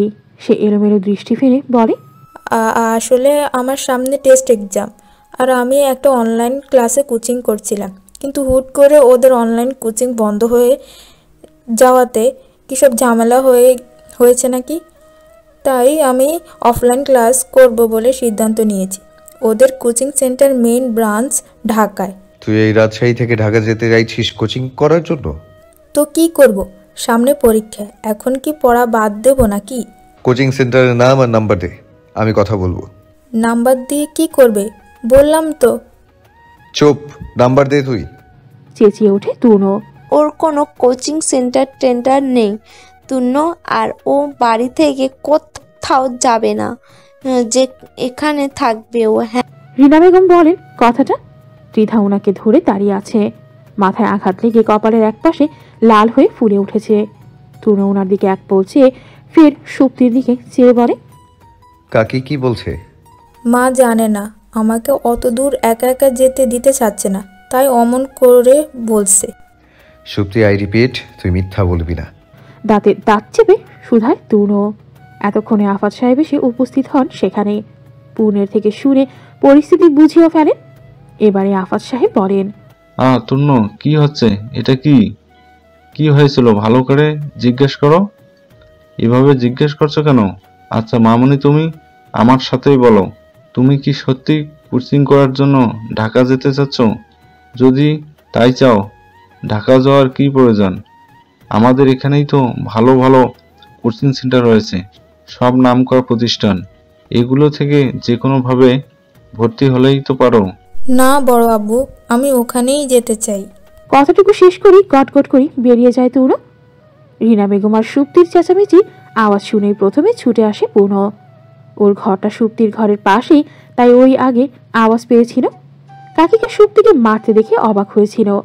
তার থেকে অবাক হয়েছিল যখন সে শুনেছিল সুপ্তি তুনো ভাইয়াকে ভালোবাসে। সে দরজার বাইরে কিছুক্ষণ চুপচাপ দাঁড়িয়ে থেকে দৌড়ে গিয়ে ডেকে আনে বাড়ির সবাইকে। বাড়ির সকলেই যখন এসেছিল তখন ওদের কথোপকথন শেষ। সুপ্তি বের হয়ে আসছিল ঘর থেকে। সেজন্য সেখানে কি হয়েছিল না হয়েছিল বোঝেনি কেউই, অথচ তুর্ণ ঠিকই বোঝেছে সে যে এখানে কি হয়েছিল। তখন থেকেই তারা রেগে মেগে মাথা তপতপ করছে। মনে হচ্ছে মেয়েটাকে ছাটিয়ে আরো দুটো চ লাগাতে পারলে বোধ হয় ভালো হতো। যে ভালোবাসার জন্য কেউ নিজের মায়ের সাথে এমন বিশ্রী আচরণ করে, এ কেমন ভালোবাসা? আদৌ কি সেটা ভালোবাসা নাকি নিজের জেদ? তুনো ড্রয়িং রুমের সোফায় মাথা নিচু করে বসে আছে, প্রচন্ড রাগটুকুকে নিবারণ করার চেষ্টা করছে বোধহয়। এদিকে সে কি বলবে সেটা শোনার জন্য প্রচন্ড আগ্রহে অপেক্ষা করছে সবাই। সকলেই ড্রয়িং রুমের সোফায় বসে আছে। আমিনা বেগম উপস্থিত আছেন এখন। সকল ঘটনা শোনার পর তিনিও নীরব হয়ে আছেন। তুনো নিজের অবশিষ্ট রাগটুকুকে গিরে নিয়ে খুবই শান্ত স্বরে জিজ্ঞেস করে, আমি তোমাদের বলেছিলাম প্রত্যাশার হিমোফোবিয়া আছে, এটা মনে আছে তোমাদের? আশা করি এত তাড়াতাড়ি ভুলে যাওনি। না, ভুলিনি। তো কি হয়েছে? প্রত্যুত্তরে বলেন আফাত সাহেব। তুনো বাবার দিকে চেয়ে বলে, কিছুই হয়নি বাবা, আমার মনে হয় তোমরা কথাটা ভুলে গিয়েছো। বললাম তো ভুলিনি। ভুলুনি? তাহলে আমি চলে যাওয়ার পর প্রত্যাশার সাথে খারাপ ব্যবহার করেছো কেন? আগের দিন সুপ্তির হাত কাটার ঘটনার জন্য ওকে ইনডাইরেক্টলি দায়ী করে যাচ্ছ কেন? আমরা ওকে দায়ী করিনি দাদু ভাই, আর না তুমি চলে যাওয়ার পর ওর সাথে কোনো খারাপ ব্যবহার করেছি। ও অযথাই তোমার কান ভরিয়েছে। কথাটা বলেন আমিনা বেগম। তুনো এবারে দাদুর দিকে চেয়ে রাগত কণ্ঠে শুধায়, ও কান ভাঙিয়েছে মানে কি বলতে চাইছো? ও আমার কান ভাঙায়নি, বাড়ি থেকে চলে গেছি। তার মানে ভেবো না যে বাড়ির কোনো খবর রাখি না, তাহলে সেটা ভুল ভেবেছো। এই কদিন বাড়িতে কি হচ্ছে কি না হচ্ছে সব খবর রাখি আমি। আর তোমরা ওকে দায়ী করনি, তাহলে ওর সাথে সকলে মিলে একসাথে কথা বলা বন্ধ করে ওকে বাড়ির একটা ইনভিজিবল থিংস মনে করে ওকে সবসময় এড়িয়ে গিয়ে কি বোঝাতে চাইছো? বোঝাতে চাইছো যে ওর অস্তিত্ব এই বাড়িতে এক্সিস্টই করে না, তাই তো? ও যে ভুল করেছে তার শাস্তি ওকে পেতেই হবে। তোমার বউ বলে যে তুমি ওকে আড়াল করছো, এটা কিন্তু ঠিক নয় দাদুভাই। তুমি যাই বলো না কেন, আজ শক্তি দিদিভাইয়ের এই অবস্থার জন্য ওই মেয়েটাই দায়ী। আজ ওর জন্য বাড়ির মেয়েটা সবসময় মনমরা হয়ে থাকে, ঠিকঠাক খায় না, আর সেখানে ও বাইরের একটা মেয়ে হয়ে সারাদিন নেচে কুদে বেড়াবে। ভুলে যেও না, বাইরের মেয়েটা এখন এ বাড়ির বউ। আর সবসময় তুমি তো বলো বিয়ের পর মেয়েদের শ্বশুর বাড়ি নিজের বাড়ি হয়।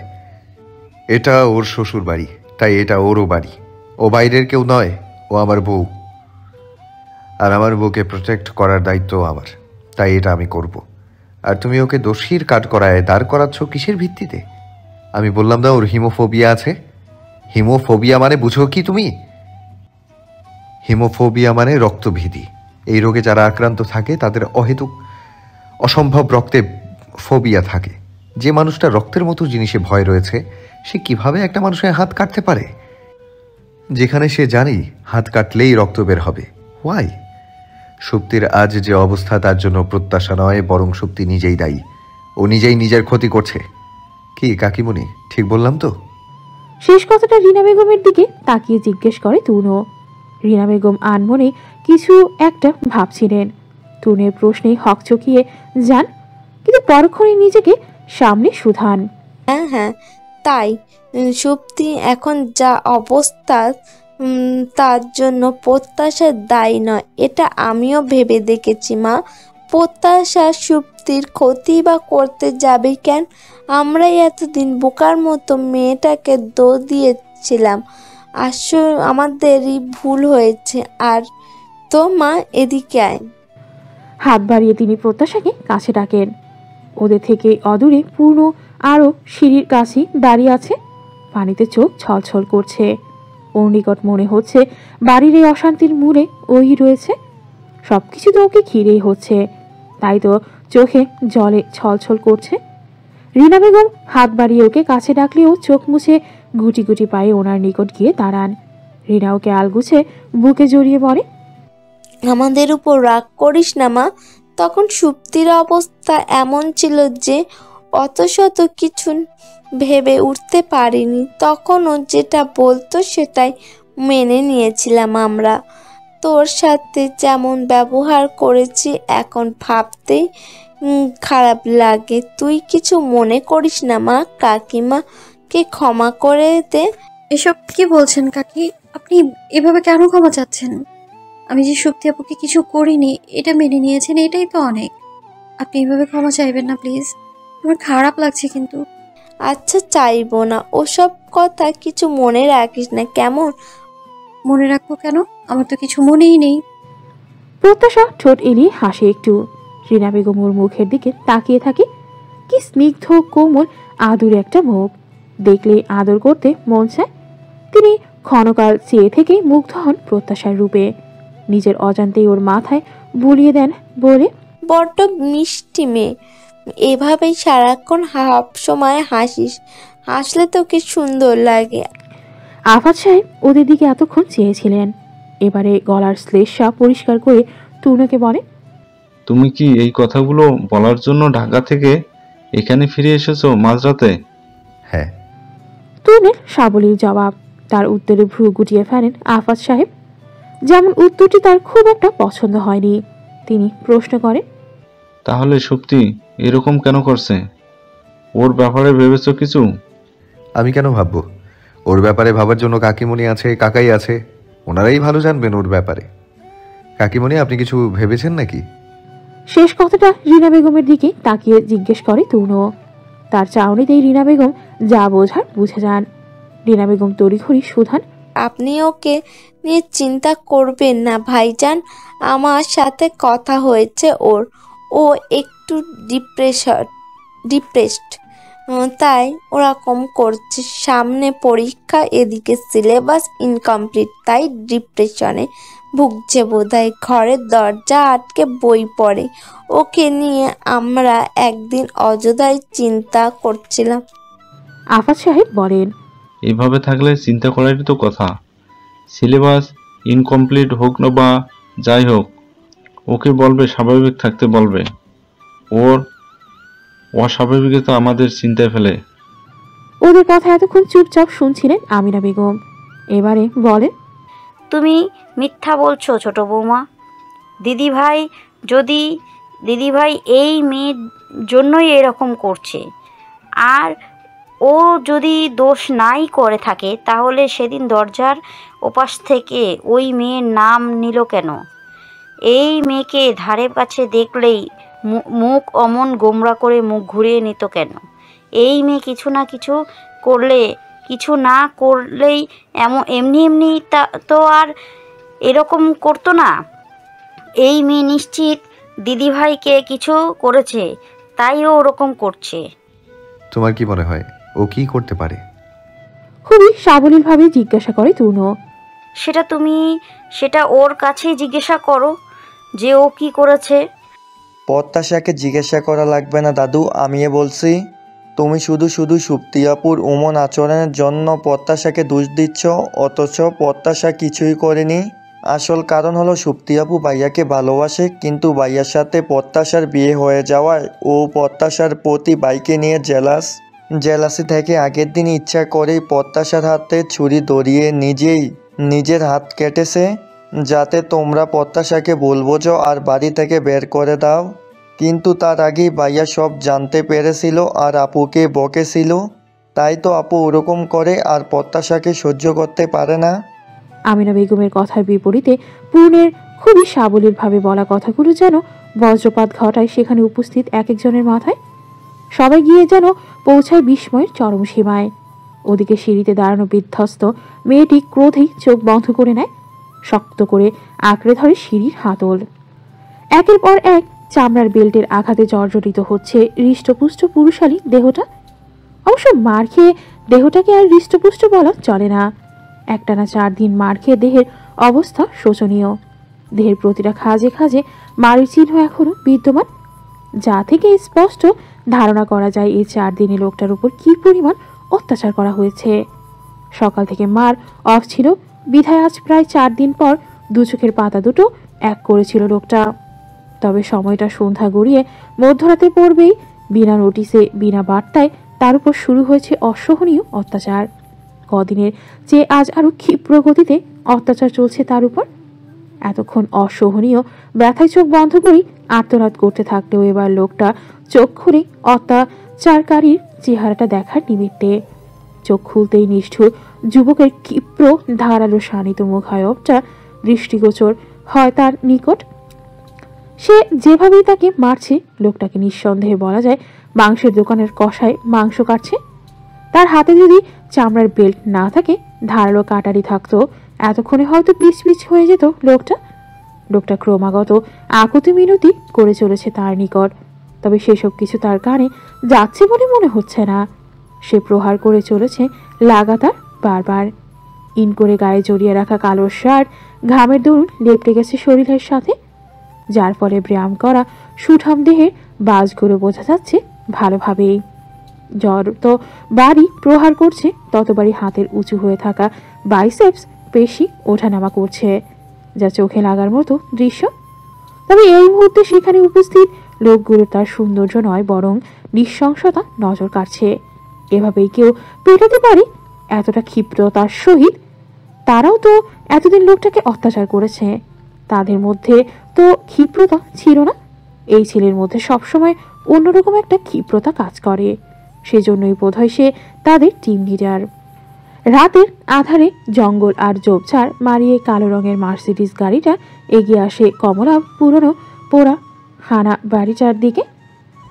বাড়িটা প্রায় 300 বছরের পুরনো জমিদার আমলের বাড়ি, যেটা এখন হানা বাড়ি নামে পরিচিত। বাড়িটা নিয়ে লোকমুখে প্রচলিত রয়েছে অনেক গুজব, যে কারণে এদিকে স্থানীয় মানুষের আনাগোনা নেই। বাড়িটা বছরের পর বছর পড়ে আছে বড়ই হেলায়। তার আশেপাশে জন্ম নিয়েছে বড় বড় গাছ ও আগাছা, যে কারণে নামের সাথে সাথে দেখতেও হানাবাড়ির মতো রূপ নিয়েছে। সেই হানাবাড়ির ঠিক সামনে এসে দাঁড়ায় কালো রঙের মার্সিডিজ গাড়িটা। সেখান থেকে বেরিয়ে আসে আদ্যপান্ত কালো পোশাকে মোড়া হৃষ্টপুষ্ট এক সুদর্শন যুবক। সে দ্রুততার সহিত হানাবাড়ি পার করেই বাড়িটার পেছনের অংশে গিয়ে পৌঁছায়। এদিকে গাছপালার পরিমাণ বেশি, একেবারে ঘন জঙ্গল। সেই জঙ্গলের মধ্যে দাঁড়িয়ে আছে একখানা একতলার পোড়া দালান, তার ভেতরে জ্বলছে হলুদাভ বাতি। যুবকটি সেই দালানের দিকে এগিয়ে যায় দ্রুততার সহিত। বাড়িটার কাছাকাছি পৌঁছাতে আরও একজন কালো পোশাকে আবৃত যুবক দ্রুততার সহিত এগিয়ে আসে তার দিকে। অস্থির ভঙ্গিতে বলে, স্যার, ফাইয়াজ স্যার লোকটিকে যেভাবে মারছে, লোকটা মরে যাবে স্যার, আপনি ওনাকে থামান স্যার। আমি দেখছি তোমরা তোমাদের ডিউটিতে ফোকাস করো, আর এত আলো জ্বলছে কেন? আলো কমাও। Okay sir. হাঁটতে হাঁটতে দেওয়া যুবকটির আদেশ তামিল করতেই ছোট জুনিয়র গোছের NSI এর একজন অফিসার সে দরজা ঠেলে ঘরে প্রবেশ করতেই সবাই সজাগ হয়ে যায়। সজাগ হয় না শুধু ফাইয়াজ, সে এখনো লাগাতার লোকটাকে প্রহার করে চলেছে। যুবকটি হুঁশিয়ারি দিতে দিতে এগিয়ে আসে। ফাইজা, stop, stop killing him. Faiza, I say you stop. সে ফাইয়াজকে জাপটে ধরে থামানোর চেষ্টা করে। ফাইয়াজ তাকে ওভারটেক করে ওকে মারতে যাচ্ছে। সে কোনো মতে ওর হাত থেকে চামড়ার বেলটা নিয়ে ছুঁড়ে ফেলে দূরে। কিছুক্ষণের ধস্তাধস্তিতে ফাইয়াজকে থামাতে সক্ষম হয় সে। চোখের ইশারায় বাকিদের লোকটাকে অন্যদিকে তুলে নেওয়ার ইঙ্গিত দেয়। পাশে দাঁড়িয়ে থাকা আরও 3 জন কালো রেবাসে আবৃত যুবক সেই হুকুম তামিনি ব্যস্ত হয়ে পড়ে। সাথে সাথেই ঘর ফাঁকা হয়ে যায়। থেকে থেকে যায় ফাইয়াজও উক্ত যুবকটি। ফাইয়াজ এখনো রাগে ফুঁসছে। হোয়াটস রং উইথ ইউ তরুণ? ওকে ওভাবে মারছিল কেন? যদি মরে যেত? মরার জন্যই মারছিলাম। শালা হারামির বাচ্চা, সাহস বেড়েছে ওর। 4 দিন ধরে মার খেয়েও ওর এখনো শান্তি হয়নি। এখনো ওর মুখ বন্ধ কেন? আর তুই আমাকে আটকালি কোন সাহসে? ইউ নো না I am your senior. Yeah, I know you are my senior, but first of all you are friend. তুই জানিস ওকে মারলে ওপর মহল থেকে কত চাপ আসতো? তাছাড়া ওই এখন আমাদের তুরুফের তাস, আর তুই ওকে মারতে যাচ্ছিলে? How ridiculous. তোর সাথে আমি এ নিয়ে কথা বলছি। আগে মাথাটাকে ঠান্ডা করতে দে। 1 গ্লাস ঠান্ডা পানি আনা তো। ওকে। পরপরই যুবকটি বাইরে থাকা গার্ডকে পানি আনার অর্ডার দেয়। ক্ষণকালের ব্যবধানে গার্ডটি পানি নিয়ে হাজির হলে ফাইয়াজ ওরফে তুর্ণ সেটাকে ঢকঢক করে গিলে নেয়। দুজন সামনাসামনি চেয়ারে বসেছিল এতক্ষণ। পানি পান করে তুর্ণ উঠে দাঁড়িয়ে বলে, গাড়ির চাবিটা দে শাহরিয়ার। কেন, তোর গাড়ি কি হয়েছে? আনিসনি? এনেছিলাম, বাট পিস্তলের গুলিতে টায়ার পাংচার হয়ে মাঝ রাস্তায় পড়ে আছে। কাউকে পাঠিয়ে দিস তো ওটা আনতে। তুর্ণের নির্লিপ্ত ভঙ্গিতে দেওয়া জবাবে চমকে উঠে শাহরিয়ার। ব্যতিব্যস্ত কণ্ঠে শুধায়, সে কি তোর উপর কি হামলা হয়েছিল নাকি? বেশি আস্ক করিস না, চুপচাপ চাবি দে, আমাকে ফিরতে হবে দ্রুত। আচ্ছা ঠিক আছে, চল, আমিও যাচ্ছি। ওকে। দুজনেই বেরিয়ে পড়ে সেখান থেকে। গাড়িতে উঠে বসতেই গায়ে থাকা শার্টটির বোতামগুলো এক প্রকার টেনে হিঁচড়ে খুলে শার্ট ছুঁড়ে ফেলে পেছনের সিটে। সাথে সাথে দৃশ্যমান হয় তুর্ণের গায়ে ঘামে জর্জরিত সুঠাম দেহের সাথে লেপটে থাকা কালো রঙা টি শার্টখানা। শাহরিয়ার ড্রাইভিং সিটে এসে বসে গাড়ি স্টার্ট দিয়ে জিজ্ঞাসা করে, হঠাৎ তো রেগে যাওয়ার কারণ? হামলা তো সবসময় হয়, তাহলে? আজ আমার বউ ছিল সাথে। তুর্ণের জবাব শুনে আচমকা ব্রেক কষে গাড়ি থামায় শাহরিয়ার।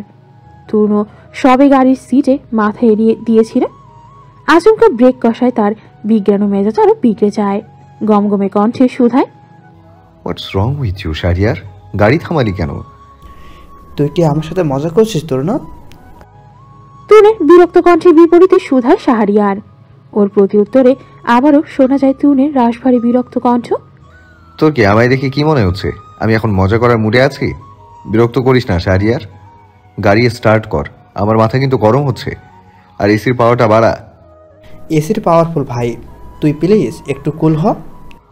তুই আগে গাড়ি স্টার্ট কর, দ্রুত ড্রাইভ করবি, আর রুমানার বাড়িতে নিয়ে যাবি। Got it? চিবিয়ে চিবিয়ে আদেশ দেয় তুর্ণ। শাহরিয়ার গাড়ি স্টার্ট করে ফের শোধায়, তুই এক্ষুনি কি বললি ভাই? তোর বউ, হাউ ইটস পসিবল? একটা মেয়ের সাথে 3 কবুল বলে দেন ম্যারেজ রেজিস্টারে সাইন করলে ইটস পসিবল। তুই কি সত্যি সত্যি বিয়ে করেছিস নাকি আমি স্বপ্ন দেখেছি? তুই এসব কথা বলছিস, আমার তো বিশ্বাসই হচ্ছে না।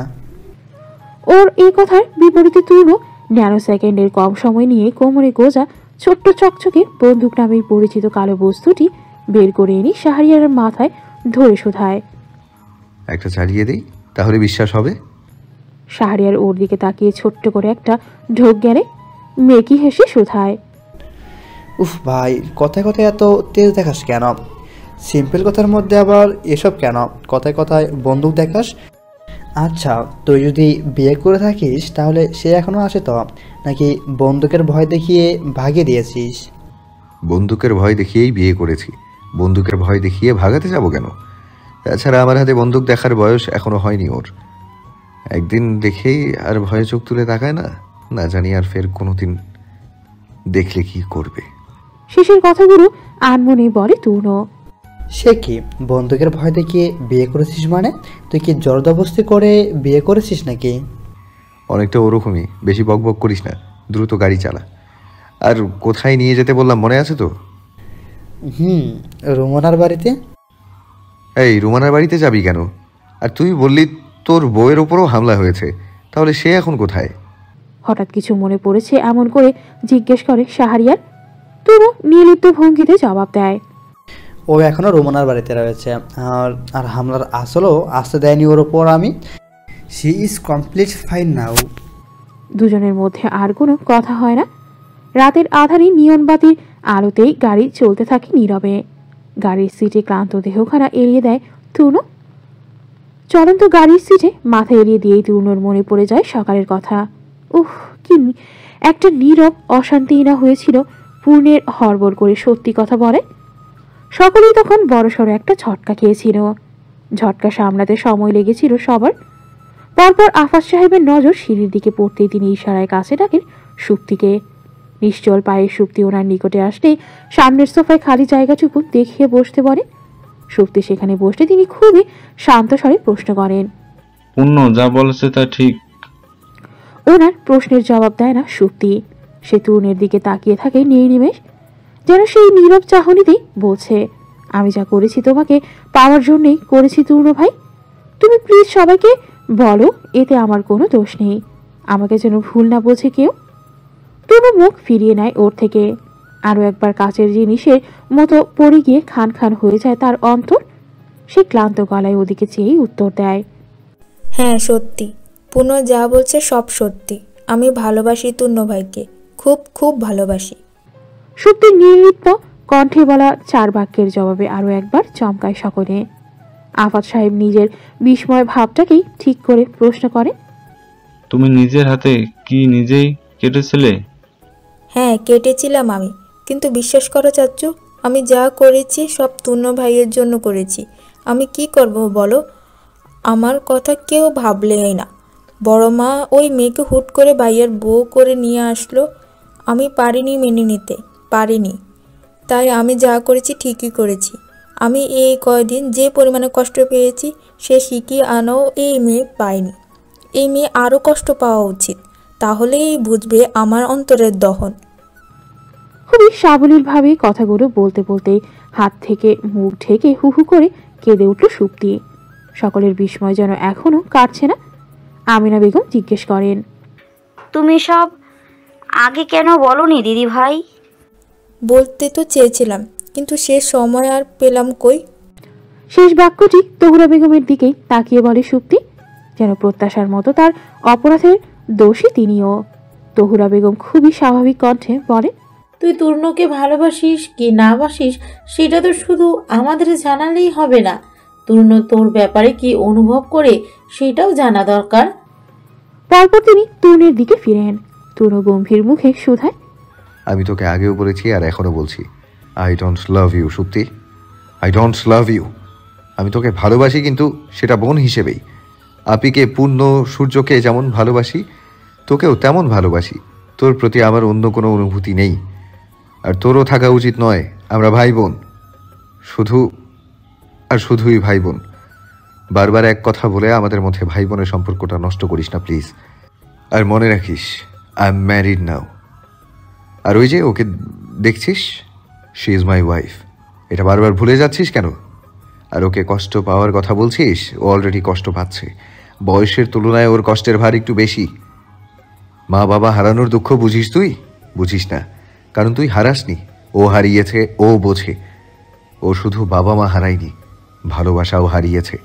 ওর বাবা মা ছাড়া ভালোবাসার মতো কেউ ছিল না। ও তাদের দুজনকে একসাথে হারিয়েছে। বুঝতে পারছিস তুই ওর কষ্টটা? বুঝবি কেমন করে? ছোটবেলা থেকে যা চেয়েছিস না চাইতেও পেয়ে গিয়েছিস। এখন যা চাচ্ছিস সেটা যখন পাচ্ছিস না, এরকম রং বিহেভ করছিস। যেটা করছিস সেটা ঠিক নয়। আই রিপিট, তুই যেটা করছিস সেটা ঠিক নয়। নিজের অনুভূতিতে লাগাম দে, এতেই তোর মঙ্গল, আর আমাদেরও। ব্যাস এটুকুই। তারপর তুনো প্রত্যাশার হাতখানা চেপে ধরে তাকে নিয়ে চলে এসেছিল সেখান থেকে। না, সে বাড়ি থেকে নিয়ে আসেনি, শুধু স্থান ত্যাগ করেছিল। একরাশ গ্লানিতেই ছেয়ে গেল ত্রিধার অন্তঃকোণ। এই যে প্রত্যাশার সাথে এই কদিন সবাই শীতল আচরণ করেছে, প্রত্যাশাকে মানসিক যন্ত্রণা ভোগ করতে হয়েছে। সত্যি ওর সাথে কেমন আচরণ করেছে তার কোনো কিছুই সে জানত না, সে কিছু খেয়ালই করেনি। তার নিজের আচরণের মধ্যেই এসেছিল অত্যধিক শীতলতা। সেই যে সেদিন তরুণ ও সাদাবের ব্যাপারে কিছু কথা বলল, তারপর থেকেই সে অত্যধিক আপসেট। অতিরিক্ত চিন্তায় অন্য কোনো কিছু খেয়াল করার ফুরসতি পায়নি। অথচ ওদিকে বাচ্চা মেয়েটাও যে একাকিত্বে ভুগছে সেটা সে জানত না। ত্রিধা তরুণের ঘরের দিকে যেতে যেতে অজান্তেই নিজের পেটে হাত ছোঁয়ানো বিড়বিড় করে বলল, তোর বাবা আমার এত যন্ত্রণা দেয় কেন বলতো? একটুও শান্তি দেয় না। সে কেন একটু ভালো মানুষ হলো না? আর সে যদি ভালো হতো তাহলে আমরা তিনজন একসাথেই থাকতে পারতাম। অথচ দেখ, আমরা যে দুজন থেকে তিনজন হতে যাচ্ছি সে খবরটাই সে জানে না। তুই যে আমার পেটে আস্তে আস্তে বেড়ে উঠছিস সে জানেই না। কতদিন হয়ে গেল তোর বাবা আমার খোঁজ নেয় না। তোর খোঁজ পাবে কোত্থেকে? হ্যাঁ, তোর বাবা কি নিষ্ঠুর, তাই না? তোর মামু যা বলছে তা যদি সত্যি হয়, যদি তোর বাবা সত্যি তোর মামির বাবা মায়ের খুন করে থাকে, তাহলে আমি আর কোনো দিন ফিরে যাব না তোর বাবার কাছে, আর না জানাবো তার দেওয়া তুই আসছিস আমার কাছে। তোর বাবা কখনোই জানতে পারবে না তার একটা অস্তিত্ব রয়েছে। কাজ সব কিছু মিথ্যা প্রমাণিত হোক। নিজের মনে বিড়বিড় করতে করতেই তরুণের ঘরের সামনে পৌঁছালো সে। ভিড়িয়ে রাখা দরজা হালকা ঠেলা মারতেই চমকালো। প্রচন্ড বিস্ময় আপনা আপনি ফাঁকা হয়ে গেল তার ওষ্ঠযুগল। কাল রাতে তরুণের হাতে ক্ষততে আধারের মাঝে ব্যান্ডেজ বাঁধতে কিঞ্চিৎ সমস্যা হয়েছিল বোধহয়, তাই তো গোসল করতে গিয়ে পেশিতে একটু টান লাগতেই খুলে গিট আলগা হয়ে গিয়েছে। প্রত্যাশা ঘর থেকে চলে যেতেই আবার নতুন করে ব্যান্ডেজ লাগাতে শুরু করেছিল সে। তবে ত্রিধার হঠাৎ আগমনে হকচকিয়ে গিয়েছে সে। ত্রিধা বিস্মিত চাহনিতে ওর দিকে চেয়ে আছে। ত্রিধার দৃষ্টি লক্ষ্য করে তরুণও শার্টটা দ্রুত গায়ে পেঁচিয়ে নিল। বেশ স্বাভাবিকভাবেই শার্টের বোতামগুলো লাগাতে লাগাতে বলল,